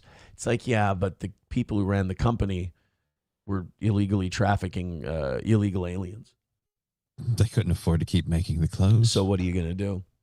Just because people are watching your show doesn't mean they're giving you money or enjoying it. There's a big difference. We have had the largest group of people who have ever watched this show in its history over the last couple of weeks, counting radio. The most people ever, which also could mean we've had the most amount of people disappointed in this program in the history of this show. So throw us red boys and give us lots of money so I know we're doing well. According to the obituary, Leon and her loving husband were married for 33 years. This guy worked in marketing for the HVAC company, ran for mayor of Antioch, centering his campaign. What do you think his number one issue is when he ran for mayor? Family values. Close, reducing crime. Oh. He came in fourth place in the 4-candidate field. They all smelled bullshit, receiving 1,740 votes, a little more than 5% of the share. Hey, that's major party status. For years, Leon's daughter, Michelle and Monica, harbored doubts about their mother's death, and in 2021 filed a wrongful death lawsuit against a male killer only identified as John Doe. Those had to be some strange Thanksgivings and Christmases. Your daughters are coming by. They're being really withdrawn all this time. You don't realize they think you killed their mom. Do you just think they're depressed? It's like, look, I know things are sad since your mother left us. And you know there were those like you know there were those awkward moments where they'd ask him these questions like, "Hey dad, you said mom hit her head over in the bathroom, but she fell over towards the bedroom. What do you think about that?" Like, you know, they asked him questions that he couldn't answer, but he didn't put two and two together. You know it happened. Could you pass the gravy? Oh, and did you know mom really, really hated guns? Appalled them, thought they were disgusting, said she'd never own one. Weird. Yeah. Weird. It doesn't seem to make a lot of sense, Pop. That's all I'm saying. Make it make sense for me is all.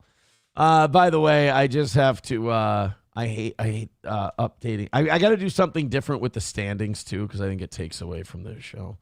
I'll do something else with the ticker here. I think a lot of gimmicks we used to do that made the show money people don't care about them anymore. So I got to start giving a facelift. I like the new thumbnails. I like a lot of that stuff we're doing, but I got to keep the show evolving and changing if we're going to be successful.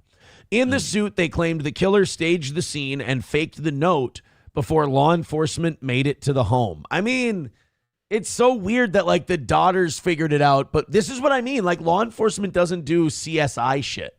You know, they find a story that works and we go, all right, got this one off the books. We're good.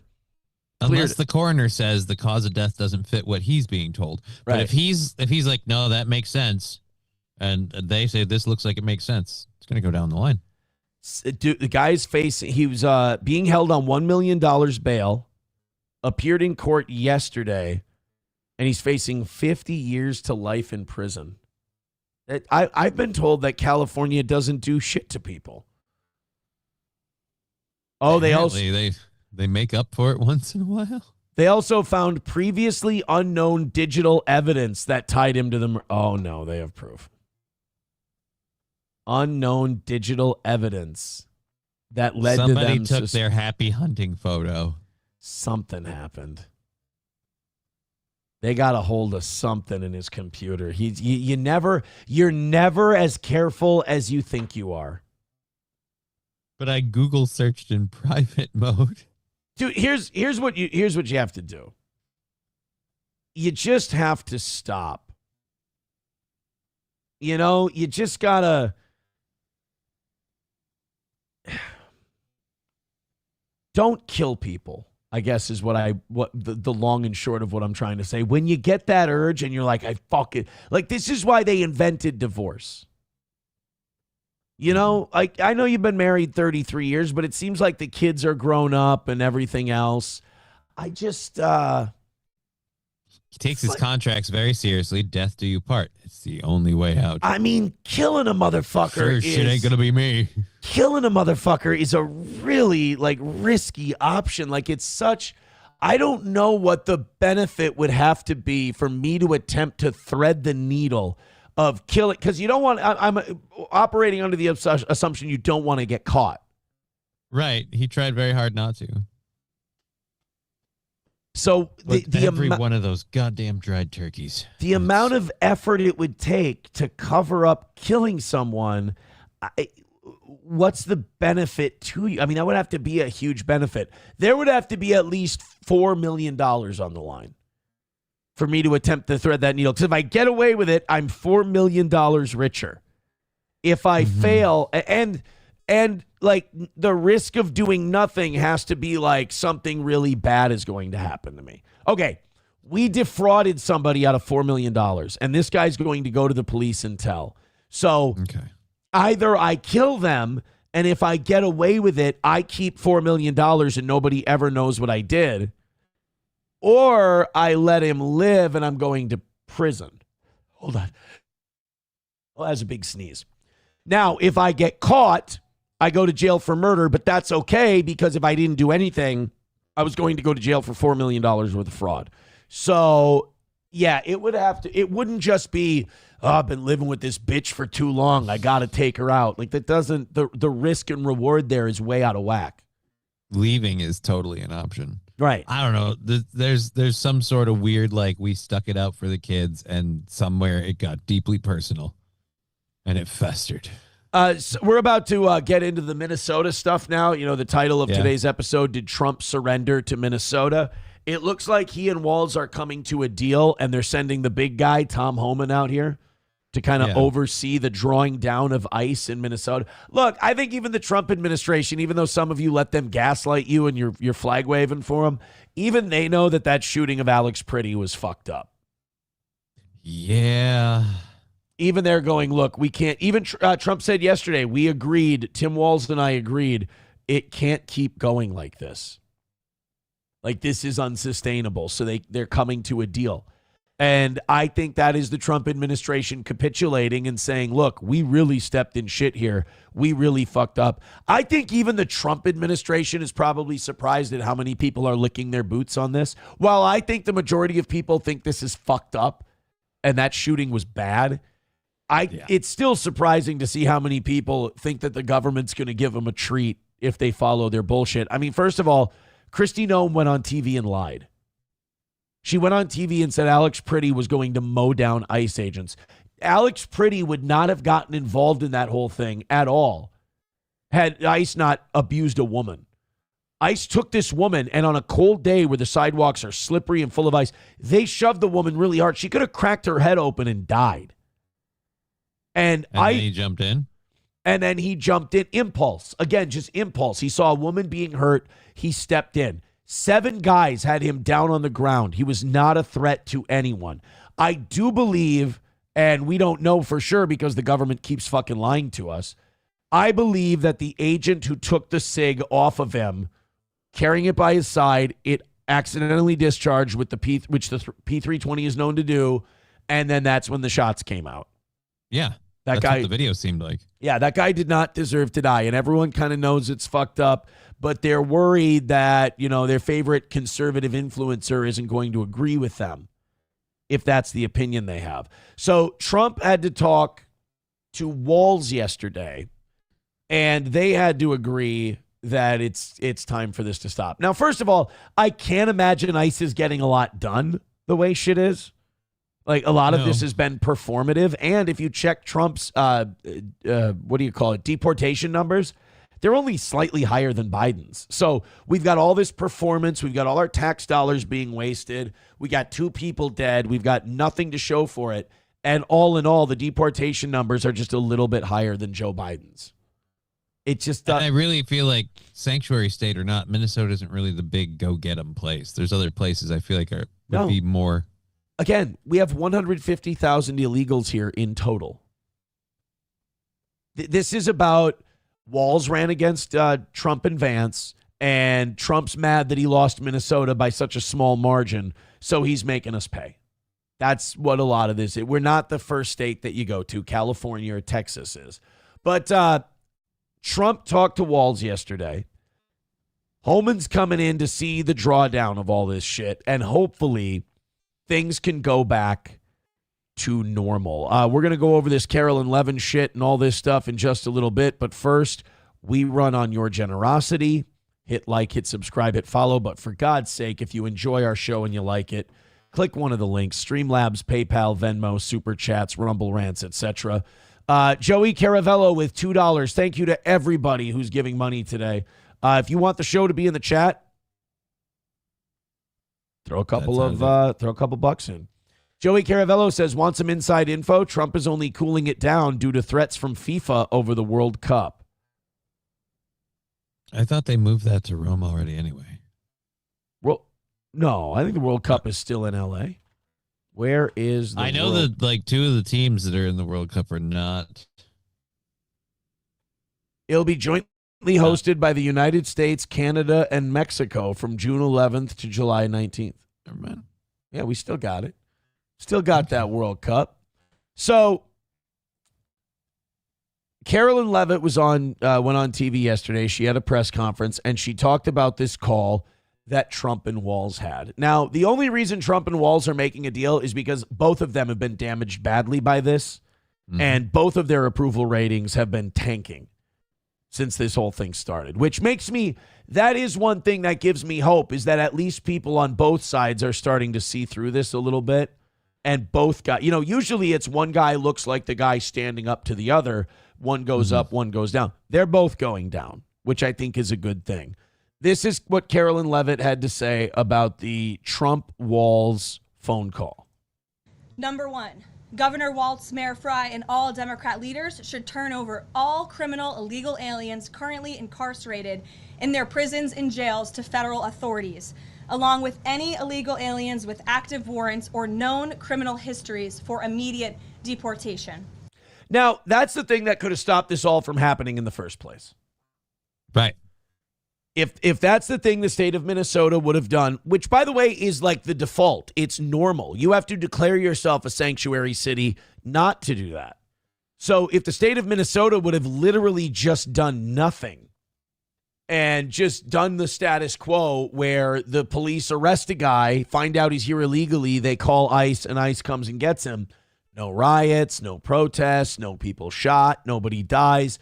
That would have been the way to do it. And that, I think, is where Walz and Fry are to blame, is that they wanted to make this a thing where they stuck their flag in the ground and we're going to resist President Trump and we're going to resist all these guys. And then Trump's mistake was, well, because he's got that fucking ego on him, I'm going to put a bunch of guys in military fatigues and they're going to go through the streets and they're going to make a lot of noise and have a big presence there, instead of I'm going to put agents in plain clothes like detectives, and they're going to, drive up to apartment buildings, drive up to jails, drive up to these different places.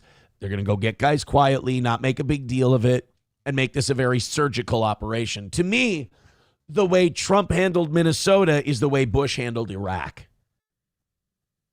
Or the response to 9/11 in general, which was the way you get in Al-Qaeda is you have small strategic pockets of special forces conduct raids and you go abduct these people. You don't launch 100,000 soldier invasions and occupations of sovereign countries. It's just not efficient. I didn't know that. So point one that Trump has for Tim Walz is really unfortunate, because if that would have been the agreement from the beginning, and this is where these Democrats and Republicans wave their dicks at each other, and then we're the ones who suffer for it, and then we want to take one of their sides. That's just always it feels like you're siding with your oppressor, no matter what side it is. Number 2, state and local law enforcement must agree to turn over all illegal aliens who are arrested by local police. Okay. And then thirdly, local police must assist federal law enforcement in apprehending and detaining illegal aliens who are wanted for crimes, especially violent crimes. If Governor Walz and Mayor Frey implement these common sense cooperative measures that I will add have already been implemented in nearly every single other state across the country, Customs and Border Patrol will not be needed to support ICE on the ground in Minnesota. ICE and local law enforcement can peacefully work together, as they are effectively doing in so many other states and jurisdictions. And if this ends up being the agreement they have, then I don't think anyone associated with this should ever be elected to office again. Because you made a deal that should have been the deal from the very beginning, and all you did was you put people in harm's way. And I don't care if your name is Walz or Frey or Trump. You put people in harm's way because you guys were having a dick swinging contest with each other. When all you had to do is go, hey, you know those criminal pieces of shit you have in your state who have hurt people? Yeah, let us have them if they're illegal. I mean, imagine saying no to that. No, we like to import problems that we have at home and then keep them here. Yeah. Additionally, President Trump is calling on the United States Congress to immediately pass legislation ending sanctuary cities once and for all. American cities should be safe sanctuaries for law-abiding citizens only, not for dangerous illegal alien criminals who broke our nation's laws and do not belong here. We hope Governor Walz will do the right thing and continue to work with President Trump to keep the American people safe following their call this morning. So they're talking to each other. That's good. And again, the only reason they're talking to each other is because they're both looking at opinion polls their teams are putting together and going, sir, everyone thinks you're full of shit. And they don't like the job you're doing. And they're like, oh, fuck, we better do something. So hopefully it ends up being productive. Here's my problem. I've watched Doge. I've watched tariff checks. I've watched Epstein files. I've watched ending the Ukraine-Russia war. I've watched no new foreign wars. Like, I've watched all of that, and I've become a I'll believe it when I see it guy, which I don't think there's anything wrong with that. But it's like, you know, Harvey Keitel in Pulp Fiction, let's not start sucking each other's dicks quite yet, gentlemen.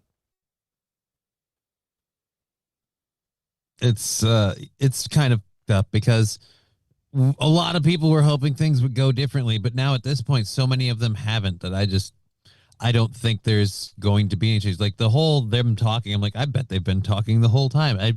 I feel like it's performative, and then once people started getting killed, they went, ooh, we got to tone this down finally. I just don't know if a state, it's kind of weird. Like, I don't know if a state should be allowed to opt out of federal immigration enforcement, you know? Like, that doesn't seem like something like separation of powers. It's like the federal government has a jurisdiction all over the country to apprehend and deport people who are here illegally. Shit, they don't even need a reason. But the Trump administration isn't that extreme on immigration, so they're like, we need a reason. It's got to be a violent criminal. A state shouldn't be able to just go, we're not going to tell you. It's odd. It's very strange. And I think the L here for everyone is one, the hit they're taking in the public opinion polls. But then B, the other hit that I think all these guys are taking is that nobody believes them anymore. Like, between the Somali fraud and all this, like, who believes that Tim Walz can safely and, you know, correctly pilot a state? And after all the lies we've been told by the Bush you know what? Freudian slip there. With all the lies we've been told by the Trump administration, how am I supposed to believe this guy's ever going to do what he says? That's where I'm at anyway. Well, because I had actually heard a good theory about this. A lot of the stuff he says he's going to do, like he said he'd do, knowing that there would be roadblocks of other people that would have to help keep the thing along. Like, for example, Doge. He knew in the long run all of his talk would be bluster, but it would sound really good. But at the end of the day, he wasn't going to be the one to snuff the Doge cuts. It was, you know, the Senate that went, yeah, we're not approving any of these financial changes. And it's a weird kind of cop-out. He had to have known that when they were putting it all together, you know? And more importantly, he could, like, voice against it. Like I told that person, like, the president that goes to Twitter the minute Rosie O'Donnell says something he doesn't like can't go on Twitter every night and list the Congress people that are betraying the people and the message and the MAGA and the movement that he started. He can't do that. I just, I think this has done damage to both of them. And you know what I would do if I were them, though? I would walk out of this pretending I won. Both of them. I would walk that's what out. Donald always does. Yeah, but Walz, Fry, all of them. You know what they'll do? Walz and Fry will go, we got him out of here. We got ice off our streets. There's no more military occupation of our city. Yeah, guys, we did it. We fought. We won. And then Trump should be allowed to go out there and be like, we're going to get all these criminal aliens we got to get. I finally made Trump and Fry see it my way. I finally made them work with us on immigration. Then both of them can paint it as a W. Okay. Because ultimately, that's what you have to do for these fucking psychopaths. You have to console their ego at the end of the day. King Kong Dong with $2 says, I think Walz came to the table after this. All right, let's take a look at that in just a second. Again, thank you to anyone who's giving this show money. You're the only reason we're able to do a show. Suave Banana with $5 says they should have sent the agents in quietly to take care of things, but Trump is always showboating, telling the entire country how great his plans are. I think if you really want like a libertarian guy who's actually going to change shit, you're going to need a dork. I think these big personalities, their egos are on the line too much. I've always said, in order to fix this country, you're going to have to get a guy who doesn't want to be president. You're almost going to have to force him into servitude. You're going to need a Ron Paul.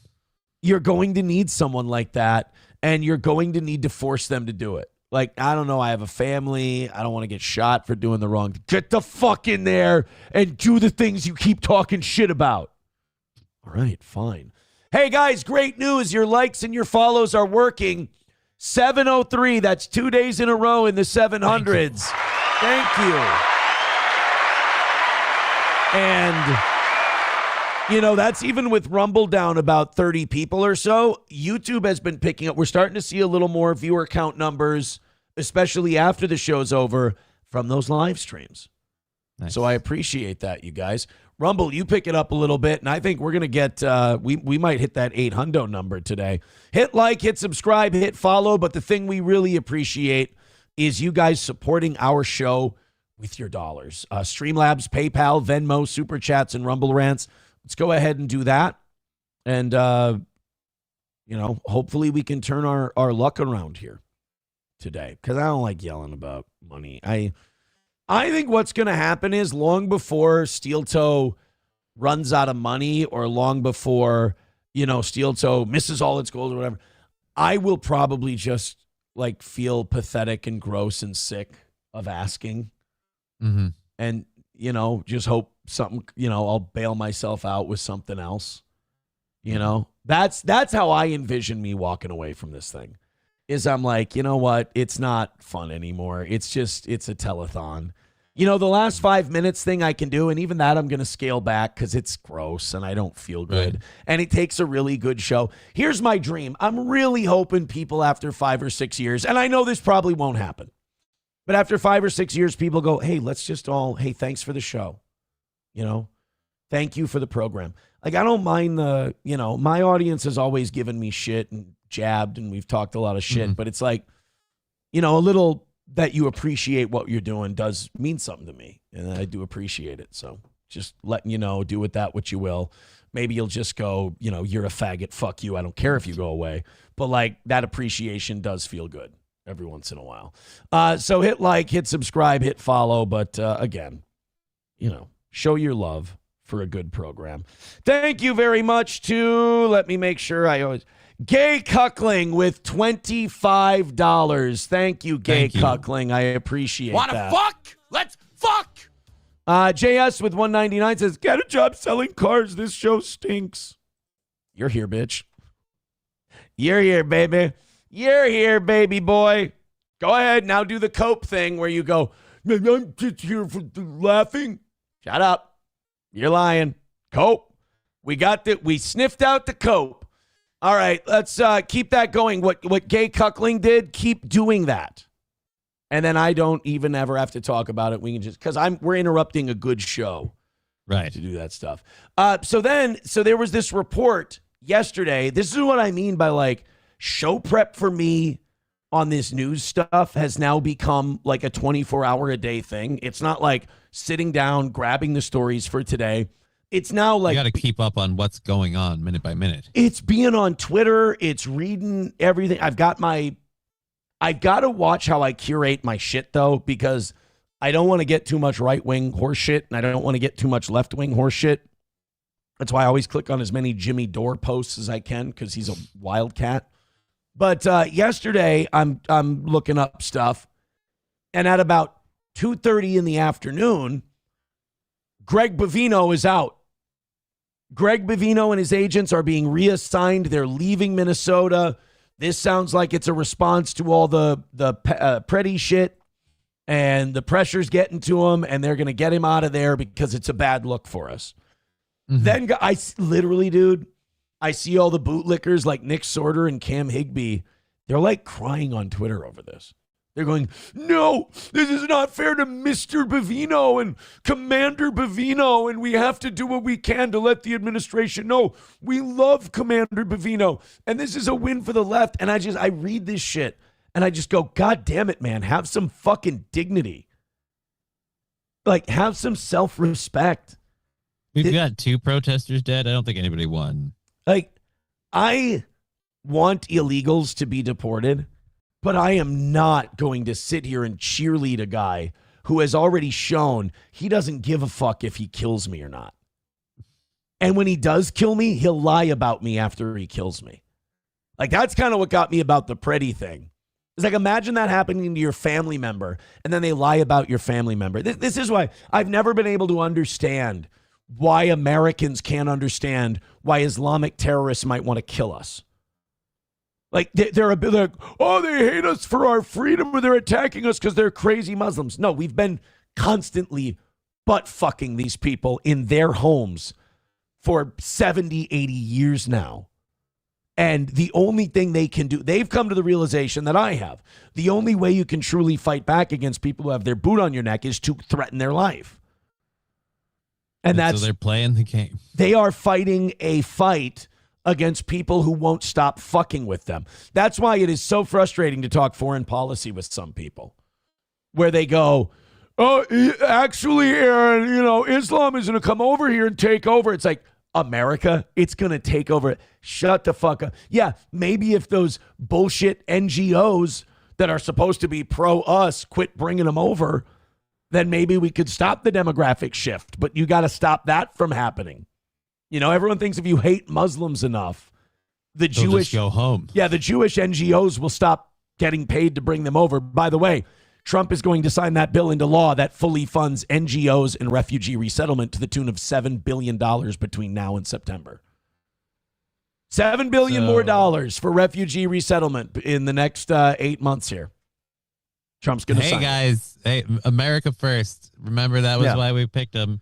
America first. But, no, the reason Muslims want to kill Americans, they tell you. When your enemy tells you who they are, believe them.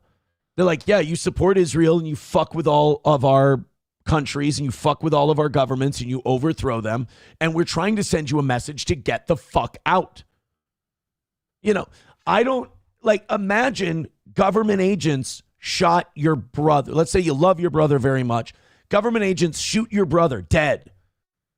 And he didn't deserve it. And then after they shoot him dead, they tell the whole world that he was a terrorist who was out to kill a bunch of people. If those family members then went, I will hate federal agents until the day I die. I don't fucking trust them. Curse them, and I hope they die. I would get it. I don't understand how you can't empathize with that, whether you agree with it or not.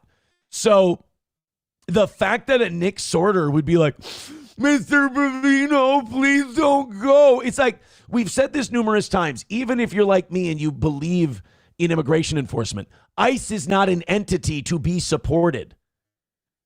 You don't need to support these people. They have the right to kill you, get away with it, and lie about it. You don't need to give them your support. They will be fine. Support the mission? Fine. support the individuals, not on your fucking life. Not on your life. So watching these bootlickers, I will say one thing I appreciate about it is that at least those bootlickers tell the truth and expose themselves. So you can see them for what they are. But like holding on to Greg Bovino's leg like he's daddy going to work and like, please don't leave. Ew. So then that word got out that Bovino's leaving. And then another word comes out yesterday. No, Bovino's not leaving. It's going to be fine. And by the way, the whole reason he was leaving is because they're bringing in Tom Homan. Yeah, they don't really need Bovino if we have Homan. Like we went up the chain and got somebody even higher up. What's Bovino going to go? Yeah, I agree.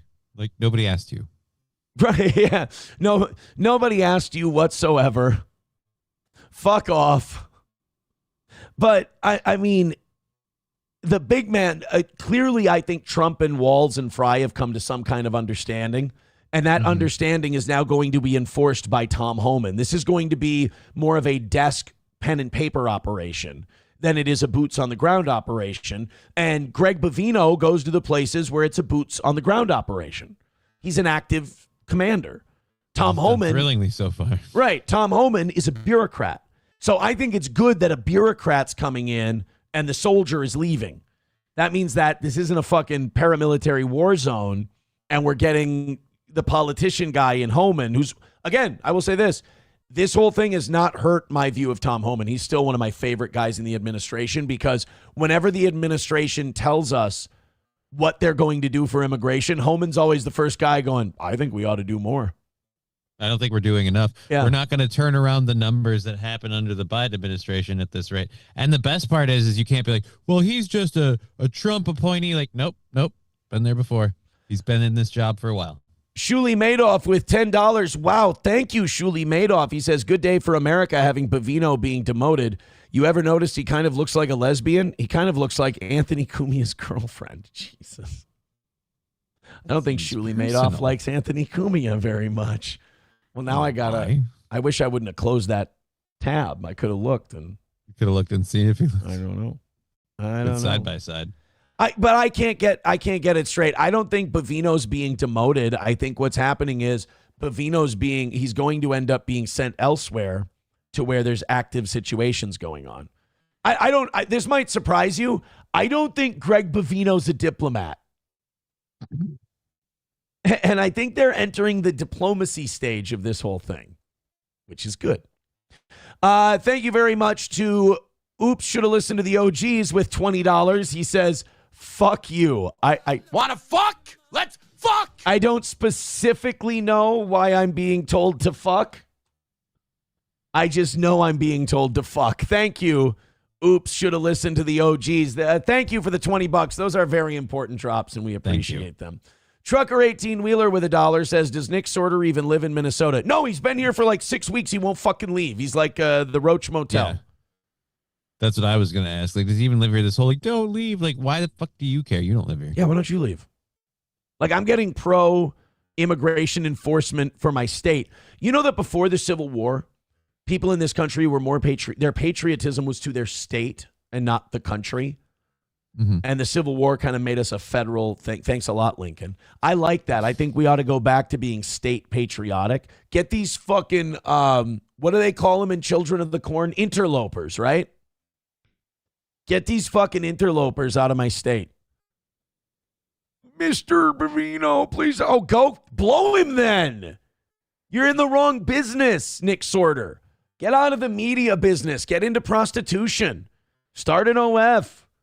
Make your goal to be to suck Greg Bovino's dick. Don't go, Mr. Bovino. Maybe if you use a lot of spit, he'll stay, Sorter. I don't know what he wants from me. His kid's heartbroken. End of silence with $1 says, hey, faggot. Hey, Dad. You can't block police. Fight with police while holding a gun. I hope your kids are raped by an illegal. Ladies and gentlemen, I will take the position I've spouted on my show over what End of Silence sent us 1,000 times. That is a comment I don't even need to respond to. I think if you can't put my position and what he just said next to each other and pick the right one, I think you might have brain damage. I'll say that. Also, why does his breath smell like boot leather? I can't figure it out. Yeah, it went from these United States to the United States. Fuck. One thing Lincoln did that was really shitty was he did kind of destroy that sense of state patriotism. State individualism. His, what do you call it? When he did all that martial law shit and he was subverting the Constitution and nationalizing a lot of shit. Yeah, I don't like it.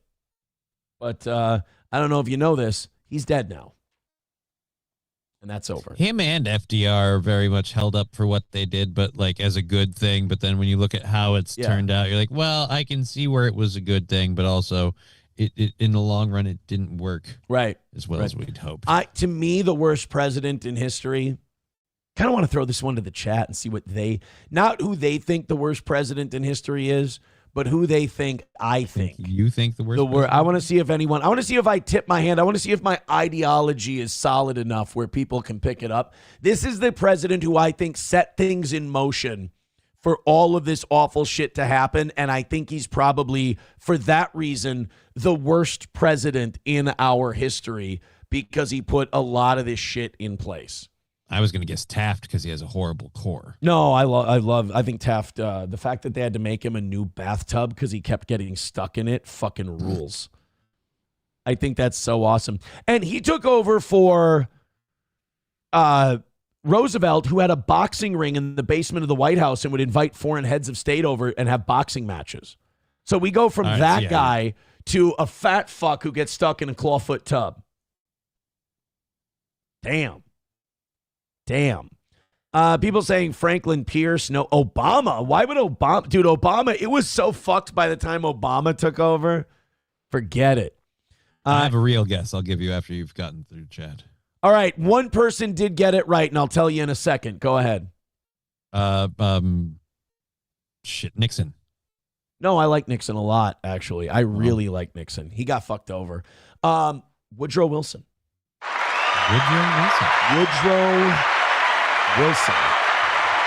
Woodrow Wilson was a lot of this. I'm the president, so I can do whatever the fuck I want.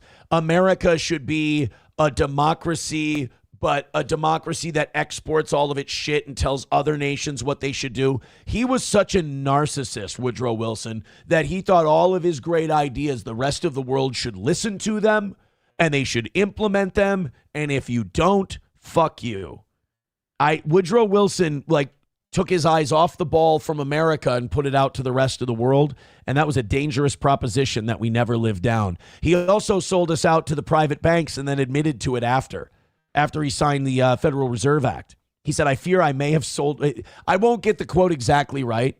I fear I may have sold our nation to private banks or whatever.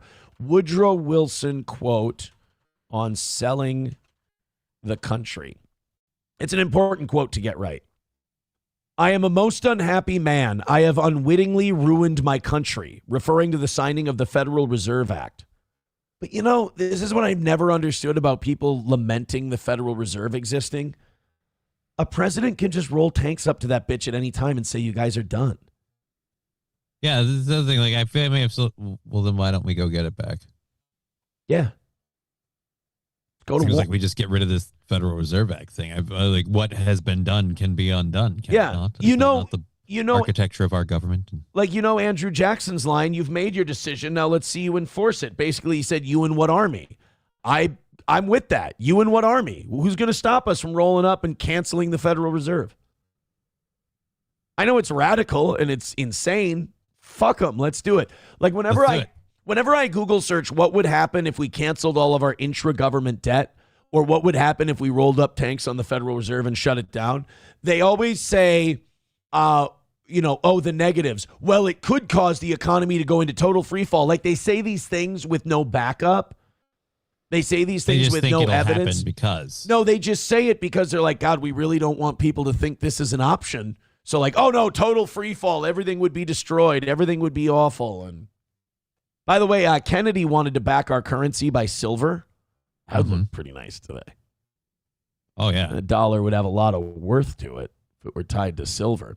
I will say Nixon did take us off the gold standard. That's true. And he did start HMOs, the health insurance HMOs with Kaiser Permanente. I was wrong. I didn't mean Nixon. I meant Reagan, the one who did the frickin' repeal of like institutions and stuff, which Donald Trump reinstituted. Supposedly, we're going to bring back insane asylums and shit. He says that, but he also said that the fucking Epstein files should be released. Like I said, like you said earlier. Well, we'll see it happen. Let's see it happen. Right? So I don't know. I'll be here. Did you know Bapa Shah thinks that Nixon was a Jew slave? Really? Have we ever played the Bill Murray Nixon thing on the show? I don't believe so. Oh my God, this is one of my favorite clips to look up. Bill Murray was on Rogan, and he was talking about Bob Woodward. Now, if you guys don't know about Bob Woodward was a naval officer with CIA clearance. And when he decided to one about his friend, when he decided he wanted to be a newspaper journalist, surprisingly, his first job was working at the Washington Post, which is always someone's first job. You always start at the top. Yeah, you always start right there. And the story they gave him was Watergate and the President of the United States, which they always trust a brand new guy with that. And their main source for the Watergate thing was a guy who named himself Deep Throat after a porno. That was Mark Felt. You know who he was? The deputy FBI director. And all the burglars at Watergate, CIA assets. Lovely. Did they get held accountable, or did they? It just kind of disappeared. Yeah, it just kind of disappeared. Yeah. Nixon got left with the bag. And then all those guys who worked in the deep state who were advising Nixon were like, hey, Dick, you know what you should do? You should have us start slush funds and drop off bags of money on top of phone booths in the middle of the night for people. Like, you think that would make this go away? Oh, yeah, Dick, that's absolutely all right. Sounds good. Let's do it. And Halderman and Ehrlichman and all these guys sold him down the fucking river. And the reason was it was right after the 72 election. Do you know what the 72 election is known for? No. Nixon won every goddamn fucking state in the union. Won everything but I think Massachusetts and D.C. So everybody wanted this guy and what he wanted to do. They loved him. And he was too popular. And so they kneecapped him and got him out? Yeah. Which is weird because history paints him as a villain now. Right. It's interesting how that happens. Main Vein with $5 says Lincoln's most destructive act towards America was the Emancipation Proclamation. You don't mean that. Oh, I think, you know what? I'm going to go out on a limb here and say he does. That he indeed does mean that. So now this is Bill Murray, who's not a right-wing guy. Bill Murray is a probably left of center very left dude. Guy. Yeah. And this is what he said about Bob Woodward and Richard Nixon. So, but however, when I read Wired, the book written by, Woodward, about Belushi, I read like 5 pages of Wired, and I went, oh my God. They framed Nixon. He read 5 pages of a book about his friend. And goes, holy shit, this guy's talking out his ass. They framed him. like all of a sudden I went, oh my God, if this is what he writes about my friend that I've known, for half of my adult life, which is completely inaccurate, talking to like the people of the outer circle getting the story, what the hell could they have done to Nixon? Do you count Woodward and Bernstein among the, in which of the two camps of reporters do you count Woodward and Bernstein? Well, it'd be obviously where I would count them. I think that their reporting, I have not read their book, but from those that were interviewed and then misquoted in their books, I say that it was not that responsible. It was advocacy journalism. Is there any way to get some kind of a handle on this situation? Should the media be investigated? Should it be controlled? No, I may disagree. No, it already is controlled. Don't worry about that. Just not asked by who. For example, with what some president does with his power. But I don't want to abolish the presidency, or I don't want to control it. The same is true of the press. I believe in a free press. I do not want government control under any circumstances or government censorship of either radio, television, or newspapers. But I'm saying that's the thing about Nixon too, is that he gets this, like, there's this myth out there that he was this big confrontational fighter guy. When it came to the people he was up against, Nixon was a softie. Nixon was not a fighter. He wasn't a by any means necessary, let's fucking go. Like, Richard Nixon, one thing he and Kennedy admired about each other was they did have like a really deep belief, like not a politician's bullshit belief. They had an actual belief in like the things that are in the Constitution and the things the country is supposed to stand for. You notice those guys always get taken care of. Yep. We always handle those guys. And we get Gerald Ford, who was another CIA asset who was real heavy into all this Watergate shit and bringing up articles of impeachment. Then Spiro Agnew gets run out on a rail over some bullshit that everybody does. And then the Republican Party installs Ford as vice president. It's wonderful. Suggesting here that all of the media should look within themselves, look through that microscope at themselves, look in the mirror now and then, rather than looking out there to others. Do you think there was or is a deep throat? I haven't the slightest idea. I read in newspaper accounts the speculation about this one or that one. They even thought Al Haig was deep throat. That's ridiculous, of course. And if all the charges are as ridiculous as that, I would gather it was probably a composite. In other words, it might have been simply a fictitious character that they had to... It ended up being Mark Felt, the deputy FBI director. But here's the deal.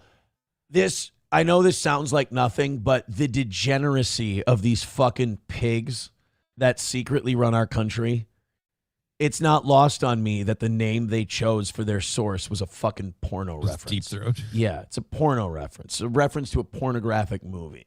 Because these people are Satanists and they're degenerates and they're awful. This is why, like, when I walk around the house and I think, how could we fix this country? What's like the scenario?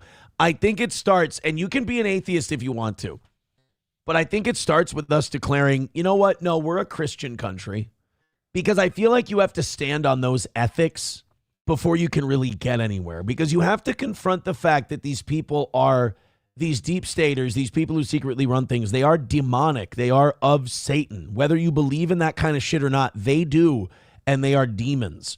And even Western atheism owes itself to Christianity. I don't like it when these atheists go, there's no fucking God, and this and that. It's like the only reason you came to that belief, no offense, is because of Christianity.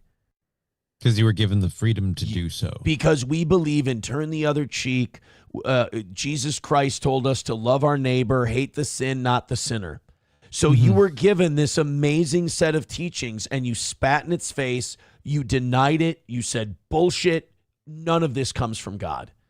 And the irony of it is, bitch, you're only allowed to believe that because of God. Jesus Christ is the only reason you're allowed to believe there is no God. Like, go tell them, go to Iran and tell them there's no God. You don't grow up that way. See how long you last. Yeah, you don't go to, but not even you don't last. The thought doesn't enter your mind in Iran because it's just not fostered. That idea isn't, encouraged, so to speak. I missed a $5 from Trucker 18-Wheeler earlier. I apologize. He says the founding fathers would have been more for the separation of the states before the Civil War because they supported rebellion against governments. Also, tell the cripple to F off. Oh, Johnny, Trucker 18-Wheeler says F off. Okay. There you go. I did it. He is right. I did skip his $5. I don't know why he wants me to F off. King Kong Dong with $1 says Bush Sr. had JFK killed. I don't think that he had JFK killed. I think he followed was part of the system. Yeah, I think he followed the orders and he helped carry it out, and that's why he got a promotion the way he did. George H.W. Bush got nothing but promotions his entire career because he helped with all of these clandestine things to hijack our government. And notice when he finally stopped getting promoted is when he told them no. Yep. All these guys, the same thing is when they say no, all of a sudden the American people hate them. Their approval rating goes down. And you guys think that you came up with that idea all on your own. No, these people planted it in your head, just like with Nixon. So with HW, they wanted Iraq for the same reason they ended up getting it in the 2000s, oil. loyalty to Israel and America and Chevron and all these corporations. George H.W. Bush said, nah, because he was right. He was like, strategically, we have no way to hold it. Bad idea. We have no allies in there that can form a government. I mean, it's going to be a nightmare. We can contain Saddam Hussein, no fly zones, things like that. And he was right, by the way. We were containing Saddam Hussein. I mean, we broke their entire country and knocked him out of there only to discover, oh shit, we had this under control. Yep. And then he didn't get reelected. Here's what people don't understand. Bush was going to beat Clinton. It was this guy, Ross Perot, who ran to the right of HW. This is my son, HW. They ran Perot to the right of Bush. But split the vote. Here's where the deep state's plan backfired. And people who, I was just old enough to remember my parents talking about this. I was like 5 years old. Perot was going to fucking win. It backfired on them. Perot got up to 25%. He was buying whole chunks of TV time, half hours of network TV time. He's a billionaire. And he would just put these charts up about the debt and government spending and how out of control it was. And he would do like 30-minute lectures to the American people in prime time. And then he would kick ass at all the debates. And he was going to win. So then they had him pull out of the race. Like in the summer of 92, when he was at like 25%, they had him pull out of the race. They go, Ross, you're not supposed to fucking win. So he claims that somebody in the government threatened to kill his daughter. And that's why he backed out. And he dropped out of the race. Then it looks like, holy shit, Bush is going to beat Clinton. Yeah. So then they go, Ross, you got to get back in the race. Like this is like in September, I think. October. They put Ross back in the race. Now he's not going to win because he's already dropped out. People have forgotten about him. But he takes about, I think, 14 to 16% of the vote, if I'm not mistaken. Completely fucks over H.W. Bush. I want to say Clinton won with 42% of the vote. 1992 election. So, yeah, George H.W. Bush didn't want to invade Iraq. So they fixed him in the election. I mean, name me a third-party candidate who's ever had that kind of a success since. Yeah, I mean, like on a state level, Jesse. Right. Bill Clinton, 43%. George H.W., 37.5%. Ross Perot, 18.9%. 18.9%.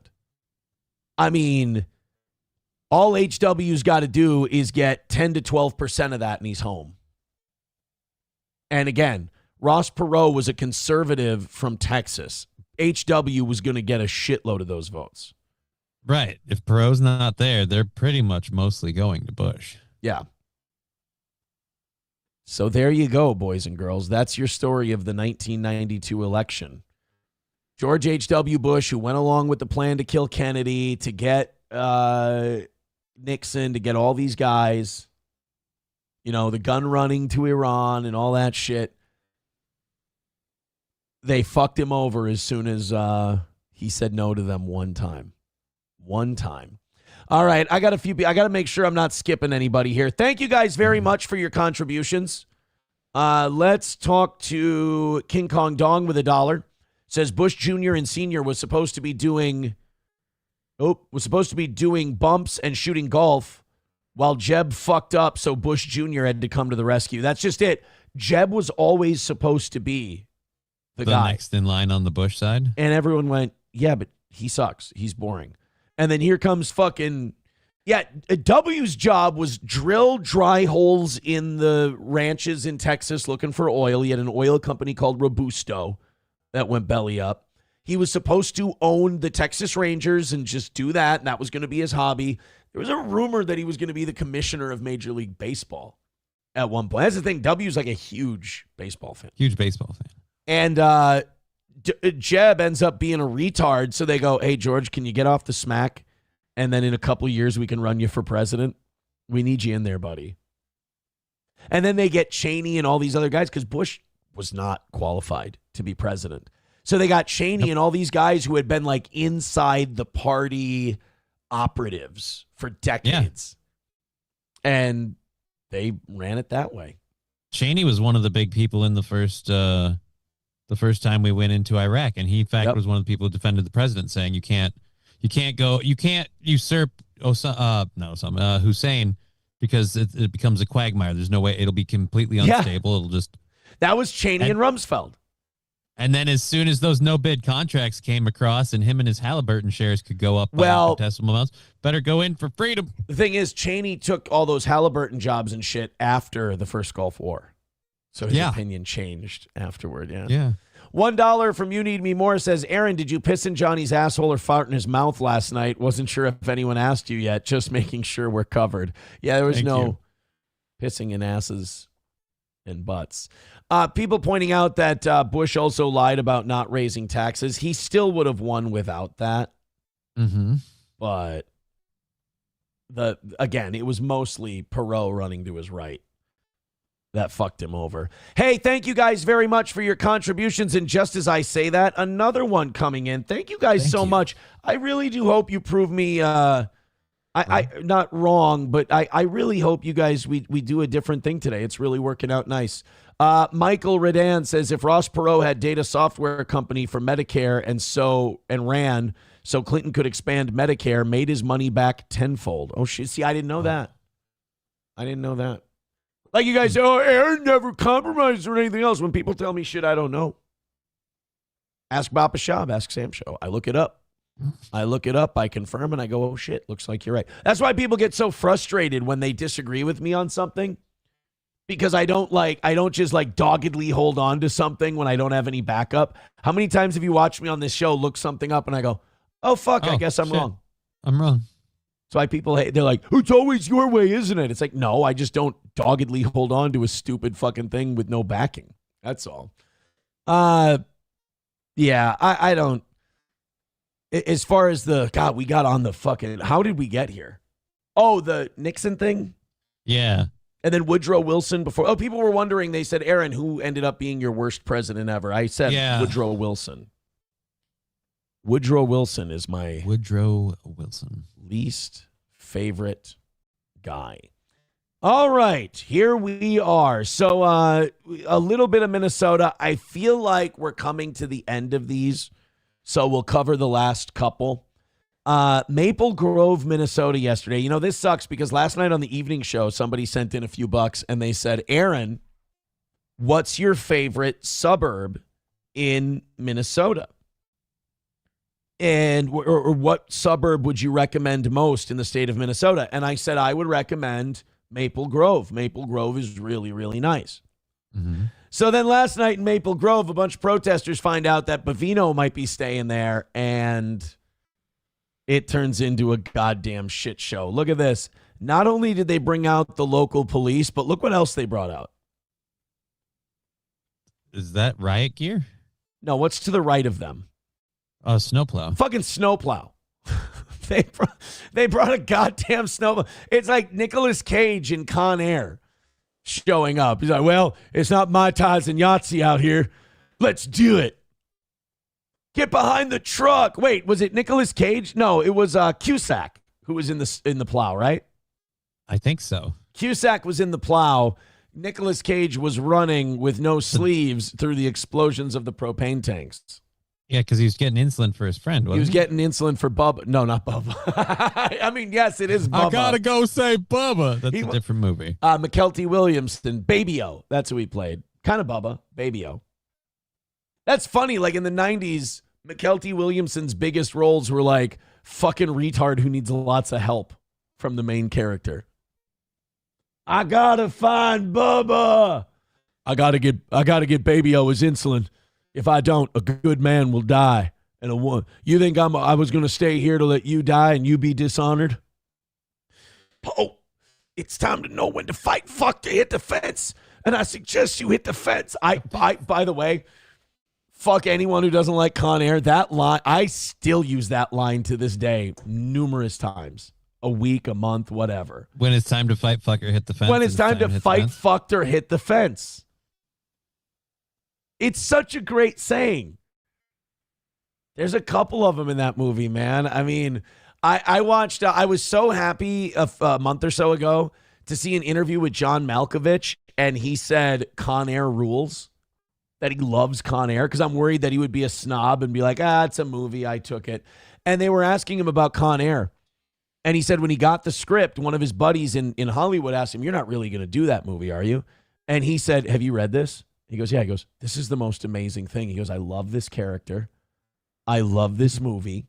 He said, not every movie needs to be deep. It doesn't need to be intellectual. He goes, I can really get invested in this. And I love this character. He's psychotic.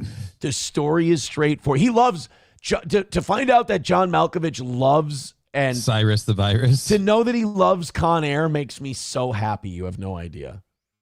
So this is Maple Grove last night. Sorry, I'm all over the place on tangents. Yeah.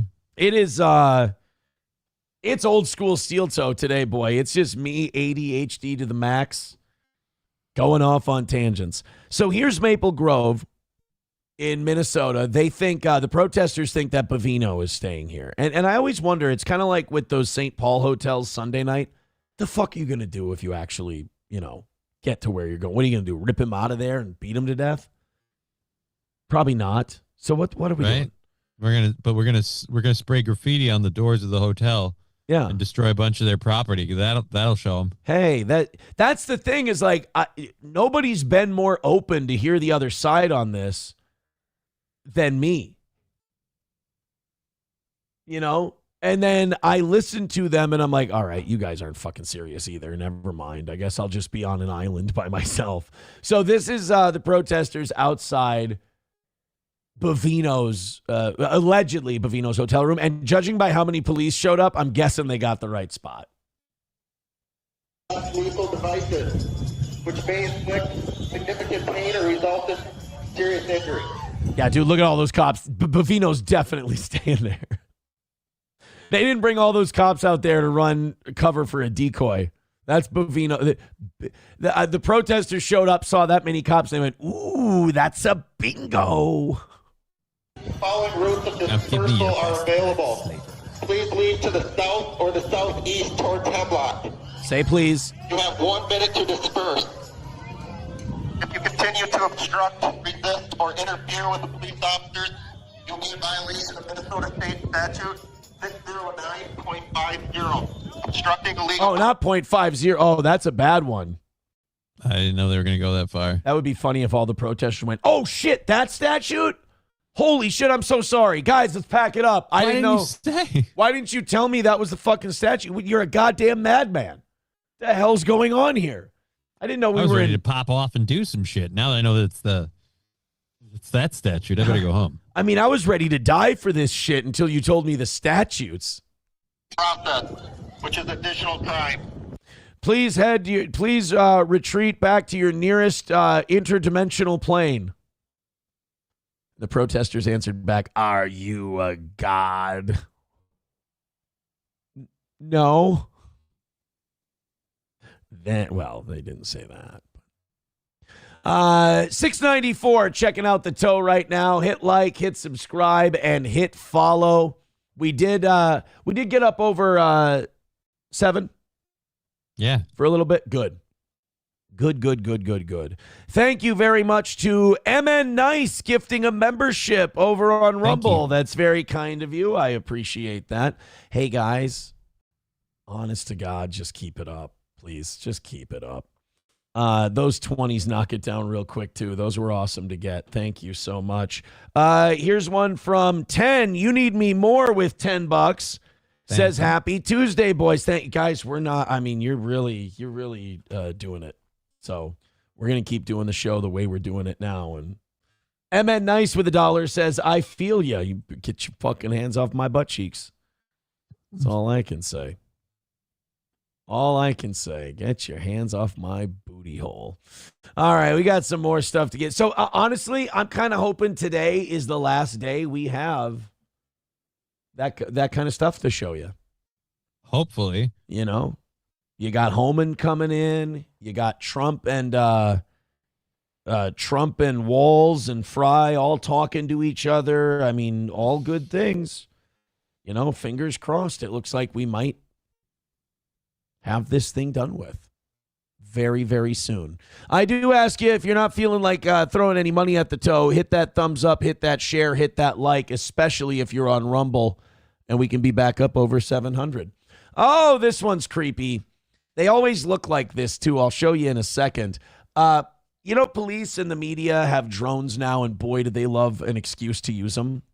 Yeah. I feel like sometimes they put those drones up in the air, and what they see makes them wish they didn't have the drones anymore.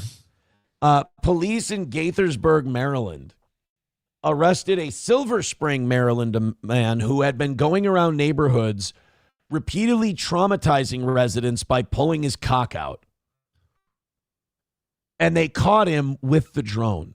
So a drone. Now, first of all, I'm a little torn about this story because, number one, why are the cops just flying drones in people's neighborhoods? That seems a little fucked up. Well, because if they were just walking around, like looking into your home, you might feel violated. But right. if it sounds like a nest of mosquitoes that's hovering 30 feet in the air, nobody notices. Right. Like, don't get me wrong.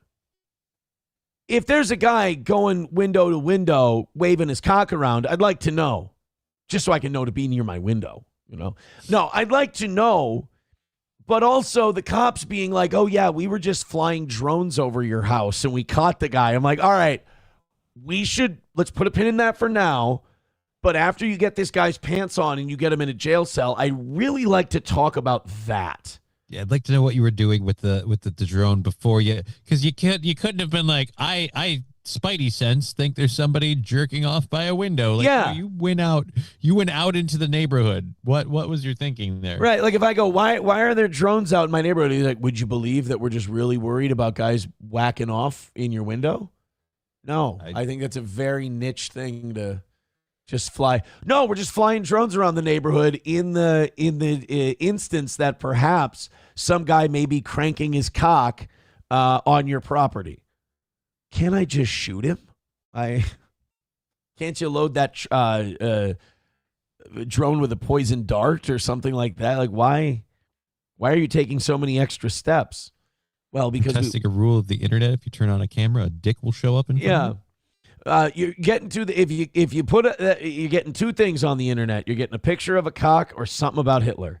Those are the two things you're getting. Stephen Jerez Adams. It's more like Stephen Jizz Adams. Am I right? Oh, Jizz Adams, who shots was fired. John Quincy Adams' younger brother that they didn't want anywhere near. He was the George W. Bush of the Adams family. Was Jizz Adams. John Adams once said to Abigail famously, he goes, "This country, I fear, is doomed if jizz were to ever enter public office." That was one of his dying thoughts. People say that his last words, John Adams' last words were, "Thomas Jefferson lives." Oh, that would have been great trivia if anybody knew that. But those were his last words. It was actually, "Don't let jizz run for office." And famously, Jizz Adams has been all but wiped from the history books with a Kleenex. You don't hear a lot about Jizz Adams. You hear a lot about John Quincy. He's been removed like a stain. He really has. He's been cleaned up off the belly of history. The wet spot of his whole family. Yeah, the old Jizz Adams. So anyway, Stephen Jerez Adams, 32, and this is what he looks like. It's just, oh boy. They always look like a guy. Like, you never see a story about a guy whacking off in someone's window, see the mugshot, and go, oh, never would have guessed. You always... He looks like an upstanding individual. His eyes are completely not too close together. They always look like an accountant for a mid-level investment firm. This guy's a little different. This guy looks more like the black guy they don't pick at the gym for basketball. But still, they always look like a guy where you go, oh, I got to get a look at this guy who's been whacking off in people's windows. What does this guy look like? And then they show you and you go, oh, yeah. No, that makes sense. So anyway, old Jizz Adams here is allegedly responsible for a series of Peeping Tom incidents between December and this month. The first report came in overnight on Christmas Eve. Oh, no. Imagine you think you're seeing Santa and he's going to bring all your presents, and then you get the wrong kind of white Christmas. Oh, boy. A woman in the 8300 block of McCullough Lane in Gaithersburg claimed Adams exposed himself through her sliding glass door. Well, shut the door on his dick. On January 7th, in the same block, another woman noticed the shadow of a man believed to be Adams through her window blinds. She said she couldn't identify him. She could only see teeth and eyeballs. Sorry, that's offensive. It's dark out. That same night, Adams is accused of flashing a light through a home sliding glass door on Silk Cotton Way. You know, these guys do. They say two things about these Peeping Toms. They either escalate into violence or they want to get caught. Like they want to get caught being naughty. The same night, on January 15th, police say Adams returned to McCulloch Lane. A resident there spotted outside activity on his home security camera system. It was Adams on the patio. When approached by the victim, Adams reportedly pulled out a knife. Oh, so he's... Okay. He's escalating. He wants to do the escalating. After obtaining an arrest warrant for Adams, police flew a drone around an apartment complex on Gramercy Boulevard in Deerwood. The drone captured Adams looking into several ground-level apartments, exposing him. God, this guy's proud of his dick. Should we play this and we see what we have? This looks like almost a thermal kind of a deal. Okay, we know about Jizz Adams. All right, so there's Jizz. It's just a white spot on the screen at the moment. Okay, there he goes. Ironically, is a white spot. These are the apartment buildings. Oh no! Oh! And he just runs up, dude. He's so excited. He just runs up to the window and drops trout. Oh, what a creep! And again, just police drones flying around. I'm guessing that's him, or that's him. Oh, that's probably him right there. And he's just pulling his cock out in front. Like, oh, no, there. Okay, that was him. So he just pulls his cock out and just like, what is he, like, he helicopters it around for a while in front of a window and then moves on to the next one. Like, this is why Trump bringing back the insane asylums, if he's telling the truth, is a rather good idea. There's no fixing this. There's no thing where you go to the police and they arrest you and you go, hey, this is wrong. You'd be like, oh, shit, are you serious? Nobody should have to tell you can't do this. Hey, man, you can't pull your cock out in front of a stranger's window. I mean, that's kind of an understood rule. Yeah, nobody really needs to be told that. So that was him. The drone was above the apartment building, and they caught him. Those kids have been whacking off in my camper. Turns out Adams has an extensive criminal history. No. Dating back to 2015, including prior convictions for indecent exposure and burglary. Yeah, just lock him up, throw away a key. I don't know that we need that. What? I'm gonna say that's a bad guy. That's God, just like and like the women who open their blinds and they just see a guy with his cock out pulling on it. I mean, I feel like you don't recover from that by the time you wake up in the morning. Do you think he keeps the same act up in the inside if he gets arrested and put in like best of luck to him? Veldrain with $1 says, why are they called protests? They will beat someone to death. They will interfere with law enforcement. These protests are more like angry mobs filled with NPCs. You might want to check the body count on that. Have the protesters killed more people, or the people who are supposed to control the protesters killed more people? In fact, I don't know. I don't think I've seen them. There was the one guy who bit off the ice guy's he lost a piece finger. of his finger. The other guy got hit by the car, but not like seriously injured by the car. I'll be honest. I'd rather be the guy who lost the finger than Renee Good or Alex Pretty. Yeah. But again, that's just me. Streamlabs, PayPal, Venmo, Super Chats, and Rumble Rants. Just keep doing your thing, man. I appreciate what you guys are doing today. 671 of you watching the toe. And by God, do I appreciate that. Let's talk about numero uno, Josh Denny fans' favorite people. 1775 coffee. If you still haven't tried it, now's your shot. The 1775 starter kit just dropped with 1,000 units. You're getting the bold dark roast that hits hard, the smooth medium roast, and the Vitality Mushroom Coffee for clean energy and laser focus with no crash. All single origin, small batch, toxin-free, and mold-free.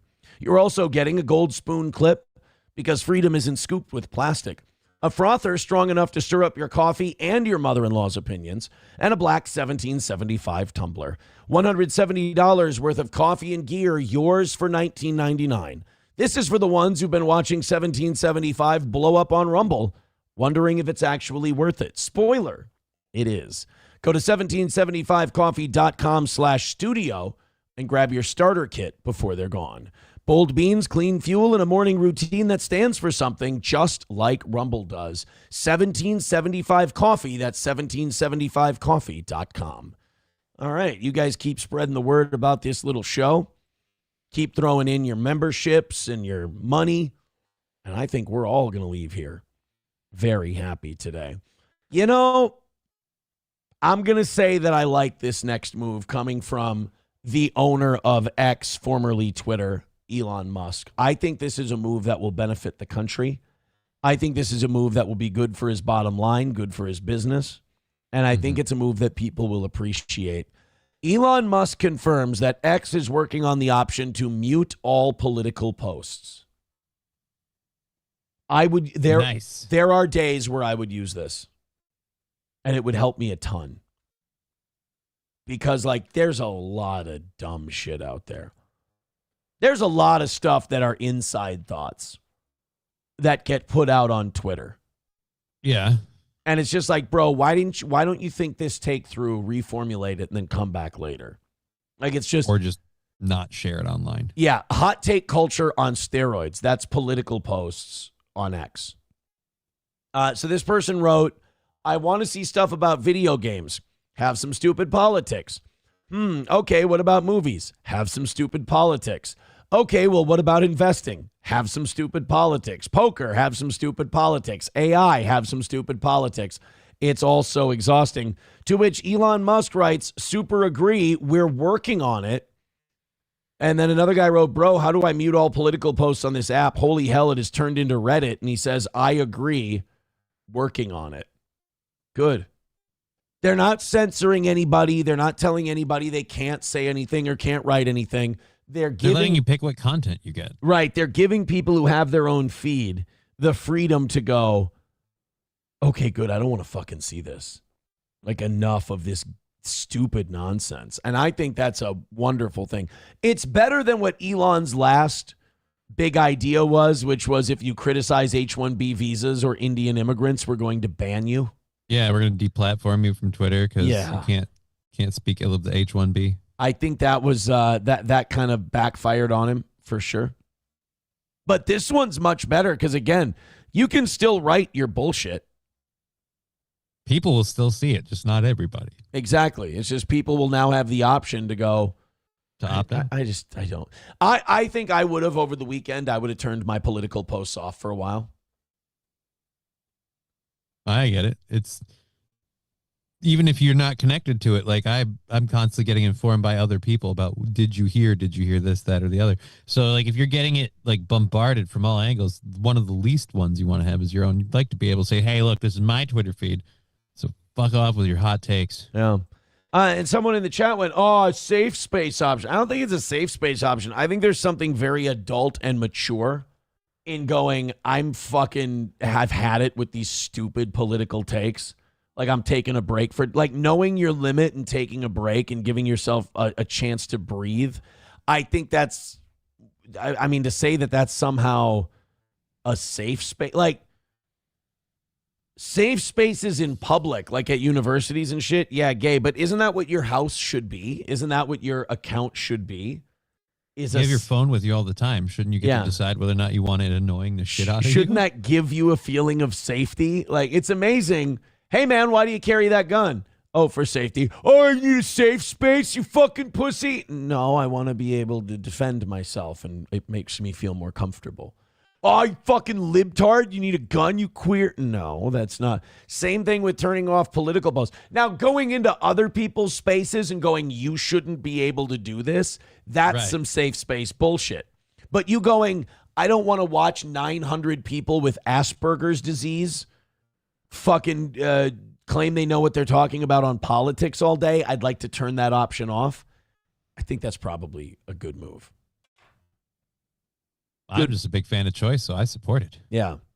I think it's a good move for old Elon. Now, what you could do is you could just follow the people you want to follow, and you could click the following option, and you could just see tweets from people you follow. But, you know, you can also curate your For You section. My For You section right now is way too right-wing. And I think that's a good thing. That's how you avoid going down rabbit holes and, like, never listening to differing opinions, is when you go, my shit's way to the right now. I'm not getting enough. I gotta add some counter arguments just to make sure I'm not missing anything. Right. I'm not challenging myself at all here. This is the easiest, hackest, lamest pussy shit you can do. So I like the idea. I think would I use it? Yeah. Once in a while. Not a lot. Let me open up these 7 o'clock hour stories, and while I do, you guys just keep up with those 2s and 5s and all that stuff. Streamlabs, PayPal, Venmo, Super Chats, and Rumble Rants. I appreciate what you guys are doing today. Like I said, you got an opinion, you want to make the show about the chat, you know how to do it. Throw a couple of bucks in. We appreciate you. All Care Towing, 320-253-5203. For All Care Towing of St. Cloud, of course, All Care Towing will come pick you up in this asshole, cunt, god-awful, shitbox, fucked up freezer weather we've been having. I'm done. I'm over it. 0 degrees with a 20 wind chill, just whipping in your face. Gordy doesn't even want to go outside. It's so goddamn cold out. Fuck that noise. But if you got to go out, All Care Towing is who you need. 320-253-5203, just in case something goes wrong with your trip. That's All Care Towing. By the way, 9 for a high today, Johnny. Fucking 9. I'm not looking forward to going out in a little bit. Right now, still wind chill of 21 below. Oh, me. Saturday, we'll finally get in the double digits.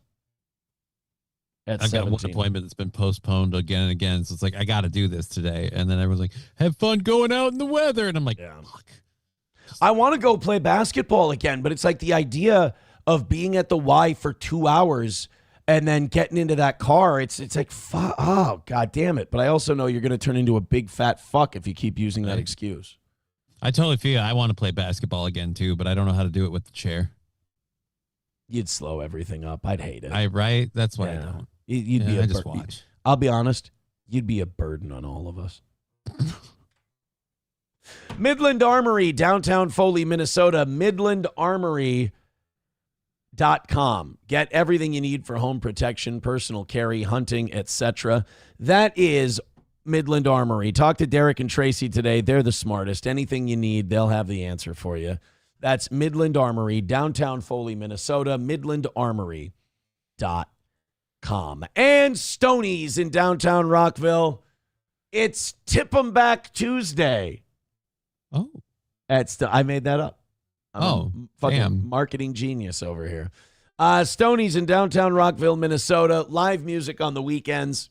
Of course, football's taking a week off, but the Super Bowl's coming up. Consider getting your people together there at Stoney's in downtown Rockville, Minnesota. Right there on Broadway. Go say hi to Cheetos and the crew at Stoney's today. Lab Glass with $2. Keep them coming. He says, I wonder how many people have been admitted for frostbite from the protests. That's a good question. Oh, the irony of getting frostbite at the protests and then going in and finding out that your insurance doesn't cover this emergency room visit and then going, oh, I see what I'm protesting. Look at what the real enemy is. Fascinating. 701 of you checking out the tow right now. We've had a nice little bounce up. Keep hitting like, keep hitting subscribe, keep hitting follow. $4.99 from Wildcard says, here's money for Jizz Adams. God, I love it when we get money for very specific segments. Jizz Adams was good, Aaron. Here's a $5. Thank you.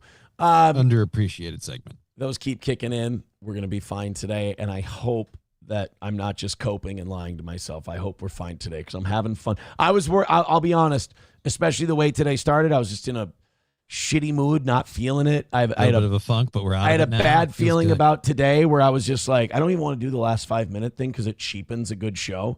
let's just lose money until it's over, or our luck changes. I'm not like a pessimist, but if it's going to happen, let's just do it. Like, get it over with, you know? Mm-hmm. And now today I've kind of changed. I'm like, good topics, fun conversation. Everybody's chipping in. I've seen so many different names today. I'm like, just let's make this every day. Keep going, keep pushing. I appreciate it. This is ballsy, man. I gotta say, when people stick to their faith this hard, I think you got to do nothing but applaud the person. There was a guy in Washington State, who was confronted by a man with a knife. I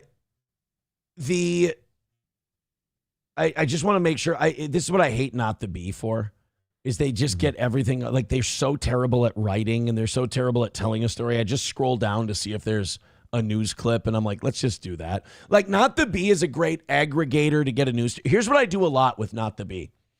Find out what you should know about. No, they'll tell me what the story is, and then I'll go find the local news story of it. And I'll be like, oh, I like this story. I'll use that. I don't need the Not the Bee's neocon, like, Jewish shit along with it. By the way, I've kept the Jew shit to a minimum today. Hit the like button. Here we go. This is the story. I actually have a lot of respect for this guy. I mean, fat lot of good my respect does. He got fucking shanked walking his dog. But at least he has my respect. Let's check this one out. Now, a suspect is dead after an officer-involved shooting in Parkland. Authorities say multiple Pierce County deputies shot that suspect, who they say was armed with several knives and had allegedly stabbed a victim and his dog just hours earlier. Thanks for joining us. I'm Michelle Esteban. That shooting. Oh, yeah. The other bonus about this story is that the guy who did it's fucking dead, which is awesome. The guy who stabbed the guy is dead, which is, you know, a bonus for this story. Happened just before 9. The dog, too. Good. Yeah. Joining us, I'm Michelle Esteban. That shooting happened just before 9 this morning here in the 800 block of 112th Street South. Police say this is only a few blocks from where the stabbing happened. KOMO's Claire Weber joins me now live from Pierce County with how this all went down. Claire. Michelle, this scene behind me is where deputies finally found that suspect who ran behind one of these houses. Oh, by the way, they're not saying the guy who got shot. They're not saying his name, I've noticed. They don't say his name. We certainly haven't gotten anything regarding a description. Yeah, that's going to come up, by the way. You'll find out why in a second. On 112th Street. But before that, a man called 911 around 6:30 a.m. to report that he and his dog had been stabbed by the suspect at a corner store just up the street. The stabbing happened at the SS Quick Stop grocery store. Oh, my God. Best Quick Stop and grocery store ever. No fucking balls on the owners of this place, by the way. I like that they've got a black background, but look how the S's are made. Come on. Yeah, they're close, but not close enough. Go all the way. Buddy. You know what you're doing. Yeah, go all the way. SS Quick Stop Grocery and Deli. They should put a sign on the door that says no kosher, don't ask. The SS Quick Stop Grocery and Deli. Oh, you guys disappoint me with your non-committal attitude. Look at those S's. They look like 5s on a baseball scoreboard in Little League. You guys could have made an effort. He's disappointed in you, and you know who I'm talking about. Pierce County deputies say the victim told officers that the suspect asked what religion he was, and when he said he was a Christian, the suspect reportedly stabbed him and his dog. Both were. Do you understand now why they're not telling you the assailant's name? Oh, yeah. Probably because you can't pronounce it and it's got some hyphens in it. Let's just say I wonder if he's a big bananas and rice fan. I'm not really sure. But you stab a guy because he tells you he's Christian. And then you stab the dog. It's like, the dog hasn't been baptized, motherfucker. The dog, he doesn't have a faith or a religion. Although Muslims do see dogs as filthy. Really? Yeah. Oh, God. You didn't know this? Yeah. Dogs are verboten in Islam. They hate them. So then they've got to like super hate cats, right? No, I'm not saying they're cool with cats, but I think dogs are a much bigger problem for them than cats are. taken to hospitals in serious condition, and deputies say the dog went into emergency surgery. Deputies were searching for the suspect then for more than 2 hours after he ran from the stabbing scene. He was spotted by deputies around 8:40 a.m. who made contact with the suspect in a house's backyard. And then he said, God is great in Arabic. Remember that era where like there were Muslim shootings and Muslims mowing people down, and the media wanted to kind of, they wanted to downplay it, so they would go, the man then yelled, God is great in Arabic. So, no, he yelled, Allahu Akbar. Allahu Akbar.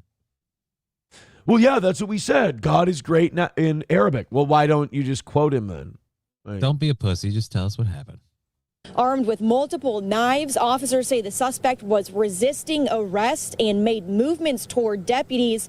He was then shot by multiple deputies. Police say he was later pronounced dead at a nearby hospital. Now the Pierce County Force Investigation Team is handling the scene. I got to say this, like a stranger comes up to you all crazy, and maybe he's got the knife out, maybe he doesn't, but he asks you what religion you are, and you still say Christian. I got to give that guy some credit. That takes balls. Because that guy's not coming to you to have like a oh, well, let's have a debate. Let's have this. He's got an agenda. So good luck. Hey, what religion are you? What's your shoe size?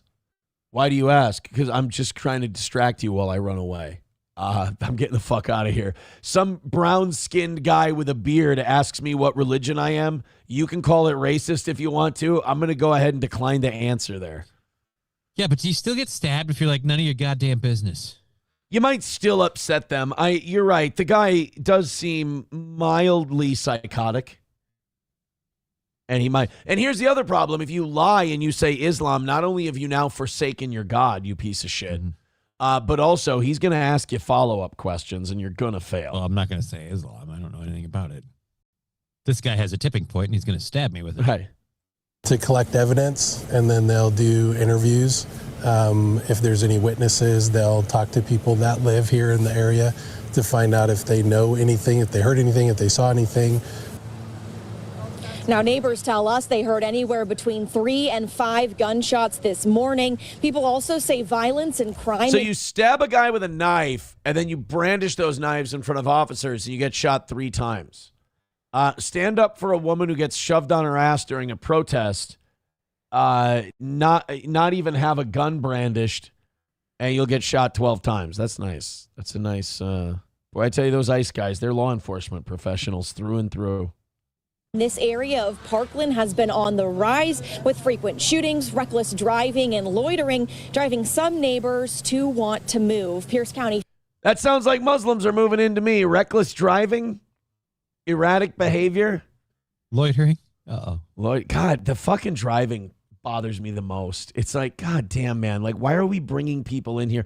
Like, forget the culture, forget the religion, forget how incompatible it might be with, secularism and shit like that. Like, we're not even there yet. Don't even get to that conversation. That's way down the road. They grew up in a dirt shithole. They can't drive. And driving is like 90% of you becoming economically viable in this country. Right. We're a very big open space. You got to have a car and you've got to be able to drive.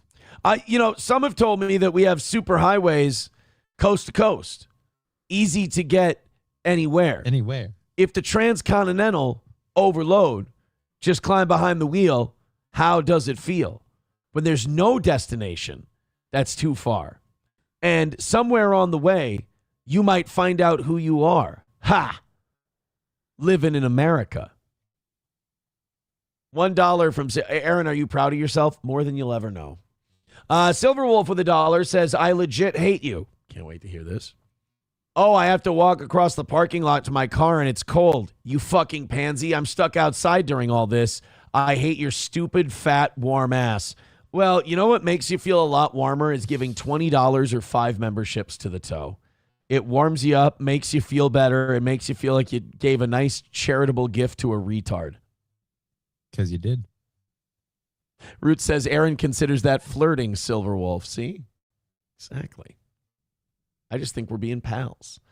Veldrain with $1 says, what did the dog do? I hope it wasn't like a Chiweenie. Chiweenies are beautiful. And that's the other thing. Like, Muslims may hate dogs and they may think they're awful, but leave them the fuck alone on the God question. Like, what a dick. What a dick. Veldrain with $1 says, hey, what religion are you? Correct answer is Pastafarian. No, if a Muslim comes up to me and he goes, hey, what religion are you? I go, look, a fucking Jew. And then as he turns around, I sprint the other way. That's a winner. Scoop up my dog. That's the advantage of a handheld dog. Yes. You can grab him and go. Scoop up my dog and I sprint. You can always distract them by claiming you see a Jew. Horton Hears a Jew. That's a very well-selling book in Islamic countries. I go, hey, listen, did you hear that? No, just tell me your religion. Shh. That faintly sounds like Hava Nagila, and it sounds like it's coming from that away. I will be right back to deal with you. Don't go anywhere. I'm not going to move, buddy. You can trust me. My lips to God's ears. And then after that experience, I run home and I call a real estate agent immediately. I go, you got to get me out of here. And the real estate agent goes, let me guess, Muslims? Yep. Muslims. Don't want anything bad to happen to them. I just know my property values are about to tank. I'm getting off of this boat before it goes down. I just know that, let's just put it this way. There's places I want to vacation and there's places I don't want to vacation. You know, not a racist because of it. All right. Hit like, hit subscribe, hit follow, and throw. Oh, my God, we're back up into 731. Rumble's over 4. Guys, keep hitting like, keep hitting subscribe. Put a little cherry on top of this Sunday with a couple of bucks. God damn it, I hate getting hope again. I was ready to come in today, like, just fucking do your stupid show. Talk your bullshit topics. And, like, I know still nothing good's going to happen. Like, it's on the right track, but I know, like, Aaron, you've been here before. This is going to end poorly. You're going to be shouting for the last 5 minutes for no fucking reason. And you're going to lose. Why do you do this to yourself? You know why? Because I'm naturally an optimist. I love my show. I love doing my show for this audience. I love that the numbers are good. And I just think they're going to do the right thing. Okay. I think that they're going to be a fan of mine. They're not going to be like, let's torture this piece of shit and let's watch him fail. Like, they're going to be like, no, I like him. I watch him every day. I got a couple, but here you go.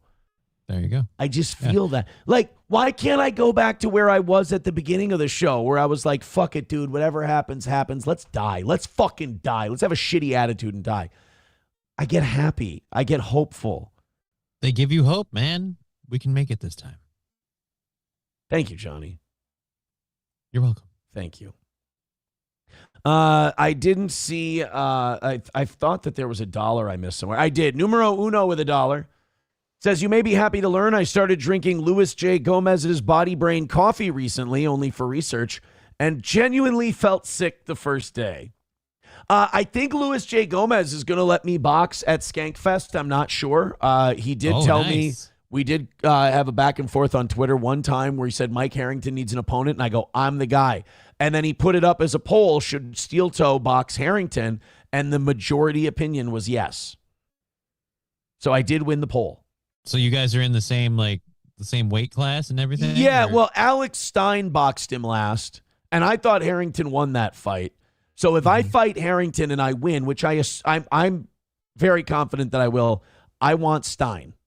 Okay, so you're going to call out Stein if you beat Harrington. If Louis J. Gomez is kind enough to extend the offer for me to either fight at Skankfest or some other event sooner, that would be cool too. When I beat Harrington, I want to call out Stein. And I think that should be for the Skankfest Heavyweight Championship. We can create a division, you know? And then the final boss is like a Sam Hyde, but we got to make that happen because he's not getting any younger. Right. He's a little older than I am. So I would like to see Louis J. Gomez confirm that I'll be fighting Mike Harrington. And then after I beat Harrington, and I'm going to be honest, probably by decision, I'll carry it the 4, 5, 6 rounds, whatever we're going to do. I'll outpoint the kid. I'm not there to hurt anybody. And I want to give people a show. You know, I want to give them their money's worth. Maybe I get up on my toes. I dance a little bit. I got to tell you, whenever I am in the gym and it's sparring and like it's someone who's a little newer, and I go, watch this, guys, I'm going to get up on my toes and I'm going to move. At my age, I can make it look okay for like 30, 35 seconds, and boy, does that knock the downhill. Oh, you're just so tired. You're just so tired. Like, I can sit there and fight normally for 7, 8, 9, 10 rounds on a good day. But if I get on my toes, like, you got to appreciate how talented Muhammad Ali was. To get up on your toes and bounce and dance like this while shooting punches out there, it's fucking exhausting. You're going to have some serious cardio. You might want to work on that before. Maybe I'll dance. Numero uno with $5 says, here's my charitable donation to a retard. Also a nice message. So yes, I hope Luis J. Gomez knows I'm very serious about this. I would love to do it. And then I would like to go Harrington, Stein. Those would be my 2 fights first. And then I want to be crowned the Skankfest world champion.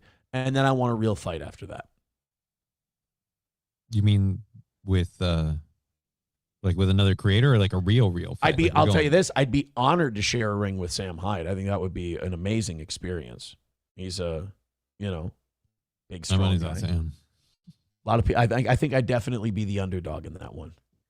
But I'd love to be in a ring with him. Boxing is so much fun because it's a competition, but it's also like you and this other person are going through this crazy fucking cool thing together, and you can't help but have a little respect for each other after the fact. Start off hating each other, but by the end, it's like, I hit you in the face. I hit you in the face, and we're friends. Numero uno, Josh Denny fan says, here's my donation to a retard and also a nice message. Thank you very much. Kyler says, just scrolled through the YouTube app. You are featured, YouTube featured as soon as I open the app. Is YouTube forgiving us? Are we being forgiven? I have noticed our views, like even outside of the protest streams, our views on the streams are up. Our clips are still doing dog shit, I have to say. That's probably my fault in picking. And our shorts are down too. But our live stream numbers are considerably up.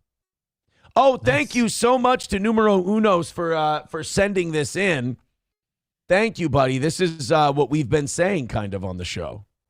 Now, there's one thing you might have noticed I don't complain I'm not going to put this up via video because I think we'll get popped for this. Politicians. This, by the way, this rant kind of shaped my view as a teenager. It's weird to have like his career shaped my views as a teenager. Yeah, like to have this cynical 50, 60-year-old man like be the attitude you take on as a 15 or 16-year-old. It's fucked up. You shouldn't be like that at that age. But he made so much sense to me. That's one of my... by the way, this special is called Back in Town. To me, it's Carlin's best special he ever did. I love it, and it's full of so many great lines. Flick sucks. Fuck hope. Fuck hope. The man was nothing if not a realist. That's for sure. The Pool Scam Sam with $1.99. He's always so negative. Pool Scam. I'm gonna fix it. Mama, I can fix him. I bet you $100 boxing never happens ever again. Well, I still box now. So if you mean like sparring, like in a ring, you've already lost your $100 bet, and I expect you to send it in super chat form. If you mean like a competitive match, I'll take that bet. You're gonna regret because I'm the best there's ever been. I'll take that bet 100%. I want the Harrington thing to happen. If you want to watch an interesting fight, Adam 22. Oh, no. Did you hear about... We didn't talk about this yesterday. Did you hear about the... So, you know about Adam 22, No Jumper podcast, that guy? Yeah. He fought the guy who fucked his wife in a adult film. So he and his wife are complete degenerates, this Adam 22. Yep. And... in his degeneracy, they have sex with other people. And his wife, like there's plenty of times where like they do a podcast where they bring some OnlyFans girl or whatever on. And then he has a 3-way with his wife and her. Well, his wife made a standalone adult film with this Jason Love, who's a black porn star. And her husband wasn't involved. It was put up on her Patreon or OF or whatever it was. And it made a bunch of money, but you can't wash that off you. Right? You know? Like, he's going to find out eventually, too. Like, it's not like... So then they had this thing where Adam 22 fought Jason Love. It was over in 30 seconds. And I gotta say, I don't understand like what these guys do. They give these guys money to train and all of this stuff, and I feel like these guys don't go into the ring at all to learn boxing, and they just show up thinking, do it. You might want to know. Yeah, here, let's Adam. I watched Rocky. I'll be fine. Right.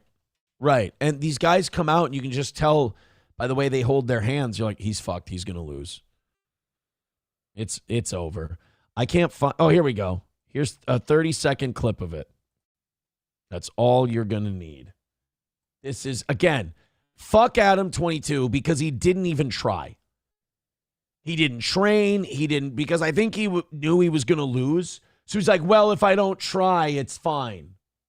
Right. And then I lost, like, oh. Yeah. Yeah, but you kind of look like a bitch for doing the whole thing and not making any effort in the whole thing. Like, watch this. Watch his hands.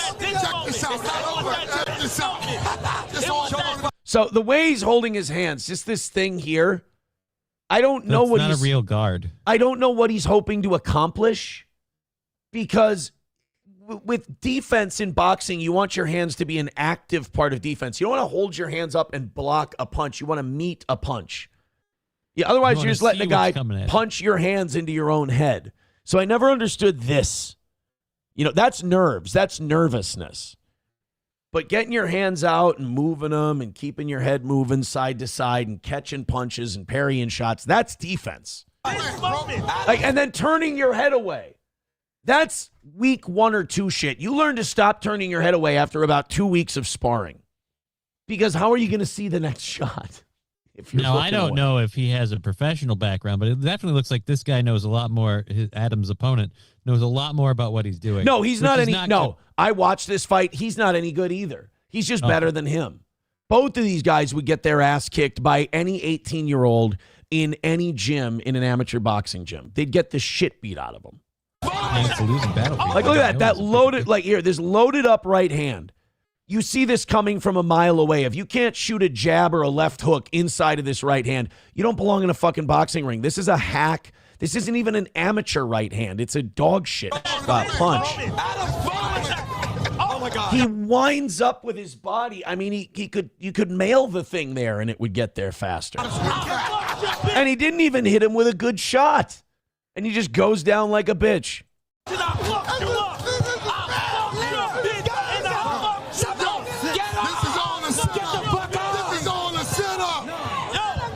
Like, this is a rigged. I mean, he didn't even show up to fight. Why? Like, I get like riding out the count, but he didn't stand up at any point. It was over. Oh, it was over. Oh. Well, I'll tell you this: that fight went a lot faster than that guy did on his wife. Just, yeah, like he didn't even try. And by the way, it's really weird to hear, people's, like, they have this uncomfortability, like Mikey Two Milks or whatever, about me and boxing. I've always told people, hop in a ring with me. I'll show you. Like, it's fine. I know I'm the wacky, funny guy that you like to make jokes about. You can't admit that you like me or that I'm good or anything like that. I don't need to prove to you that I could fuck a guy up. I just don't have to. Sorry. And I'm sorry it makes you uncomfortable that I have hobbies that I'm good at. I've never, like, that's like way too parasocial to me. Is like, me having hobbies that I'm good at is not something that should upset you or bother you or cause you to write in a chat. It's just way too parasocial for you. Do you think it would be like any hobby? Like if you took up like building jigsaw puzzles? Oh, you saw how much problem people had when a guy literally was on the phone singing my praises about how good I was at basketball. People are like, I can't handle it. I have to say mean shit about Aaron because this makes me uncomfortable. And it's just like, bro. You notice, like, people mention that first fight where I got really nervous. I was unprepared. I got stopped in 53 seconds. It happens to everybody. They don't talk about the second one where you knock the guy down a minute ago. They don't talk about the one where when I showed it on the show, everyone watching had to go, yeah, you won that fight. you beat the shit out of that guy. You knocked him down. They don't want to talk about that one. There's this weird parasocial thing that I have with some fans where it's like, I need to believe I'm better than Aaron. And if Aaron has a hobby he's good at, I have to belittle it. I don't mind that you do it. Just know that it weirds me out a little about you. Numero I just uno. don't understand the second part. The first part makes total sense. Believe you're better, but don't take it to the street. Yeah, numero uno with it. And like me just saying I have hobbies I'm good at. You can go in the chat. That upsets people and they feel like they have to say something about it. It's like, guys, relax. Nobody cares. It's fine. This guy's the FBI. See, nobody fucking cares. I'll beat Mike Harrington. They're not going to be able to admit they even saw it.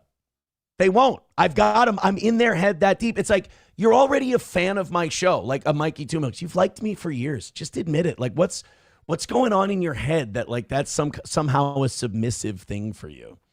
Numero uno with $1 says, did you follow up with DMing Lewis? Yes, I did. How are you making this happen? I think it's a long ways away. I would like to make it happen earlier, but I would just be honored to be a part of the damn thing. Approachable with $1 says, of course, Aaron is going to make fun of the only person to last less than 53 seconds. No, I'm not making fun of him. I'm angry because he didn't even fucking try. You know? He didn't even try. That's just fucking disrespectful because he knew he was going to lose. Numero uno says, can you explain your theory to Johnny that you don't let him talk because you feel like you go on runs, like you're just draining threes and can't miss, and he's an annoying guy asking to pass the ball? What I said was, when I'm on a roll and someone else starts talking, you're like, oh shit, I'm going to lose my entire fucking train of thought and I'm crushing it right now. Right? God, you fucking... There's always been that part of the audience, too. And it didn't bother me as much as it bothered Corey, but I understand what he's talking about now. Just like the audience who's like, I have to tattle and say things. It's like, the fuck is you? Who gives a shit? The deal. And I got bad news for you. I totally understand that sentiment. I love having Digger on my shows. She jumps over and goes, and there's times you can watch my show where you will see I will fight it as much as I can, and I will be polite. But she'll go, and I'm like, I was on a thing, and she jumped in and did it, and I just go, fuck it. And so it's like, it's just like I don't have any problem with that. The part, oh, your theory that you don't like John. Yeah, he still pays me to be here, so I guess we're good. Yeah, we're fine. Numero uno with $1 says, having hobbies is one thing. Asking anyone to think you're good at any endurance activity is asking a lot. No, I understand it's asking a lot, but it's like, we have film. The fact that it hurts you and you won't admit, like, that's the other thing. Like, in most things, when you're an honest guy, when someone has you tagged, you go, yeah, you got me. You guys can't do it. You can't admit it to me or yourself. Like, you're worried that if you admit something to me, guys, you got to get over it. It's fucking with your heads. And then I get to pick on you for it. It can't be worth it for you. All right, guys, what we need right now, fuck it. Do it if you want to. We're having too good of a show. Let's go on to this 92-year-old lady, which I'm sure a lot of you are going to try and say shitty things about her because it'll make you uncomfortable. But on one hand, this is a lovely story. And I don't want to discount how lovely of a story this is. On the other hand, it also goes to show, A, that I'm paranoid as fuck, and B, that our media will highlight shit, celebrate it, and not do their journalistic job of digging in deeper and finding out why shit is this way. A 92-year-old woman could not afford to retire. And we saw, this is in Florida, we saw this with that 80-some-year-old guy. Remember, he was working at a Costco or whatever? Yeah. And they raised like $1 million. Yeah, they raised like $1 million for him, and he got to retire. This 92-year-old woman in Florida still has to work. She can't retire, so people crowdfunded her enough money to retire. Now, this is a heartwarming story. This is great. But how about we talk about the fact that we sit here and suck our own dicks and say we're the best country in the world? I feel like a best country in the world shouldn't have 92-year-olds working against their will. Right? You should be able to retire. We should have things in place. We should ask ourselves why she can't afford to retire. Is it because life's a little too expensive here? Well, at least that Social Security is going to bail her out, right? There's no problems with that boat. Tightest ship in the world. Have you ever seen the Ben Shapiro rant where he's basically saying, go work, Goy, why are you retiring? Have you ever seen that rant? No. of Ben Not Shapiro surprised. goes, I think retiring is a stupid idea anyway. Why do you need to retire? It's like, Ben, because some people like us talk behind microphones like a bunch of schlubs. Really easy to do. And some of us, like, people lay brick for 30 years and their fucking bodies are ravaged by the time they're done. Some people work construction and their backs don't work anymore at 50. And they need now your to fingers retire. are going to hurt because you just pulled landscaping duty. Right. Here, let's get the Ben Shapiro retirement rant. I mean, if this isn't like a stereotype confirmed, I don't know what is. He's just such a hateable little worm. Like, to me, Ben Shapiro is the political version of Jack Doherty. Like a guy who just says really infuriating shit that you want to smack the fuck out of him for, but he runs behind his little overlords and his donors and then goes, why can't you just have a discussion and a conversation? It's like, because guys like you just need to be pounded into dust. Guys like you need a good ass kicking, and then you'll stop talking so much shit. This is Ben Shapiro on retirement, and this just, I mean, if you want to beat the stereotypes, this ain't the way to do it. And let's be real about this. It's insane that we haven't raised the retirement age in the United States. It's totally crazy. Joe Biden, if that were the case, Joe Biden should not be running for president. Hey, Joe Biden is 81 years old. The retirement age in the United States at which you start to receive Social Security and you are eligible for Medicare is 65. 65, by the way, and you start working, some people start working at about 15. Ben, stop speaking the whole Joe Biden, Donald Trump, too old to be in office. I'm on board. We're going forward. Yeah. How about it? All right, Ben, deal. All right. Let's move that even to the Senate while we're at it, too. Nancy Pelosi, Mitch McConnell, see you later, assholes. All right, let's make the retirement age for politicians 65, too. I'm with you, Ben. Let's do it. I love how his argument is like he wants to raise the retirement age. It's like his argument is a pro-Joe Biden argument. Yeah. He's like, well, then Joe Biden shouldn't be allowed to be president. Don't threaten me with a good time. Good. They all retire then. Shitty point, Ben. Biden has technically been eligible for Social Security and Medicare for 16 years, and he wants to continue in office until he is 86, which is 19 years past when he would be eligible for retirement. No one in the United States should be retiring at 65 years old. Frankly, I think retirement itself is a stupid idea unless you have some sort of health problem. I mean, honestly, dude, when you're picking you shouldn't need to retire, retirement's a stupid idea. Joe Biden's not your example. And not only that, a podcaster isn't a guy who should be telling you that. Like, I have relatives, I have friends who, like, they have debilitating, crippling injuries they get. And they struggle.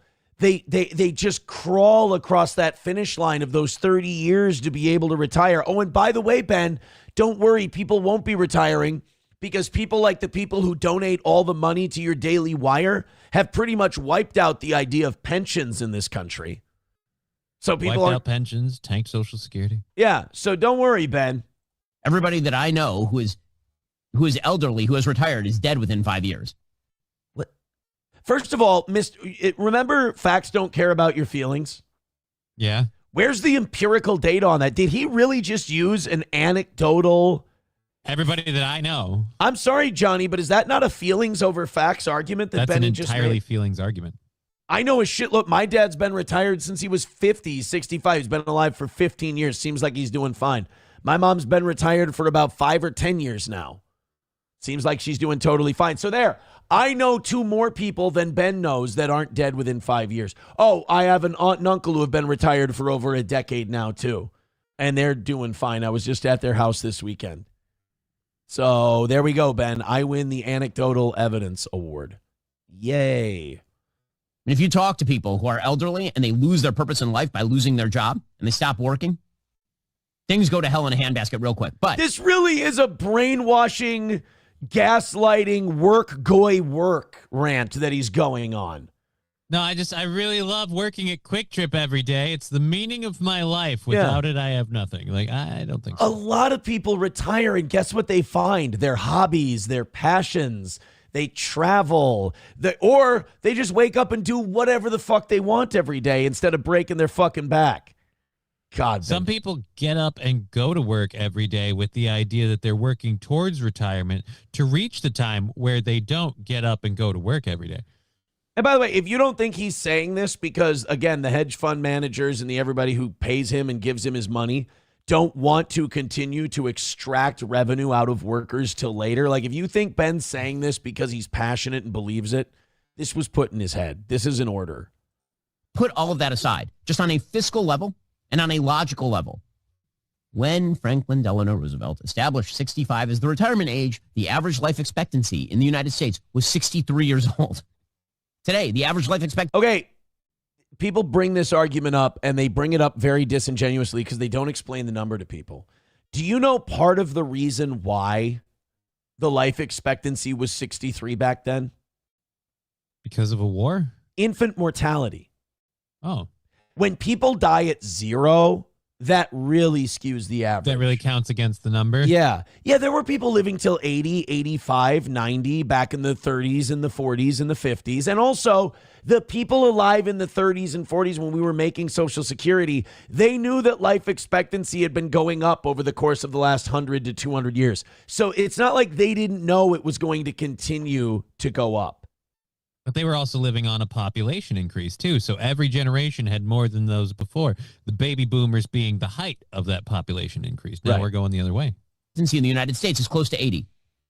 It's totally insane that you believe that you should be able to work from the time that you are essentially 20 to the time that you are 65, which is a 45-year period, pay in, and then you will receive Social Security benefits sufficient to support you and your family, you and your wife or whatever, for like another 20 years. Okay, so the part I wanted you to hear was him going, I think retirement's a dumb idea anyway.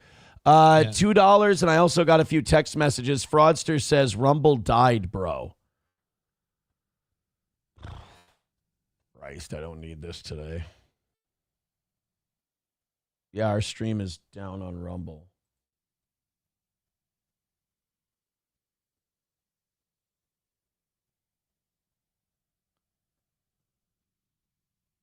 Yeah, it says 358 people waiting. Yeah, what? What happens if I hit refresh? Can I tell the chat to hit refresh and that'll work? No, it says waiting. Doesn't say we're on. I've had this weird hiccup thing happen with me, but I use, obviously, Streamlabs. I'm using Rumble Studio. How would Rumble Studio not work? Yeah, I don't know.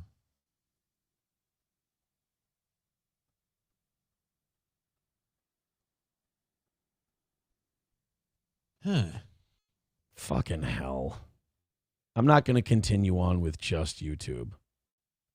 Yeah, is there a way we can like restart it with like when we have a KBS issue with Restream? There's no KBS issue. I'm worried that this is a Rumble, like this happens to Rumble every once in a while with their live streaming. Bongino reports live. Well, of course, Bongino's channel is doing well. Who else is live? Any other? Oh, shit. Yeah, it looks like streaming's down. Oh, no, that's finance and crypto. Go to live. I want to go to the live section. Yeah, it's down. Oh. Look. Oh, no, there's War Room with Bannon. Let's just click on a random 10,000 viewer stream.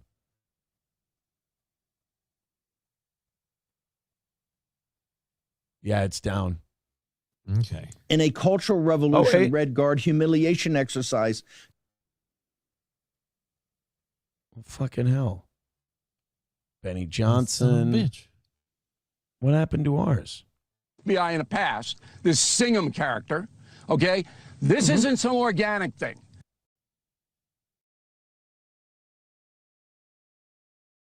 Getting our ass kicked money-wise is not good for business. I'm going to have to probably restart because I can't. I can't take an L, a hard L today.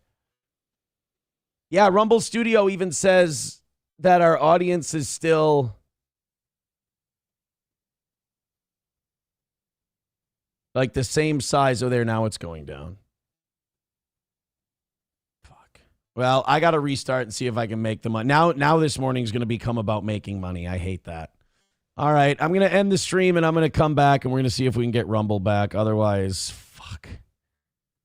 I guess I can say goal now. I think we're at like 160, 150 with an hour left. God damn it. We're really There's ups and downs, man. But God, we've been missing a lot. All right, Johnny, I'm going to cut you loose for the day, and I'm just going to get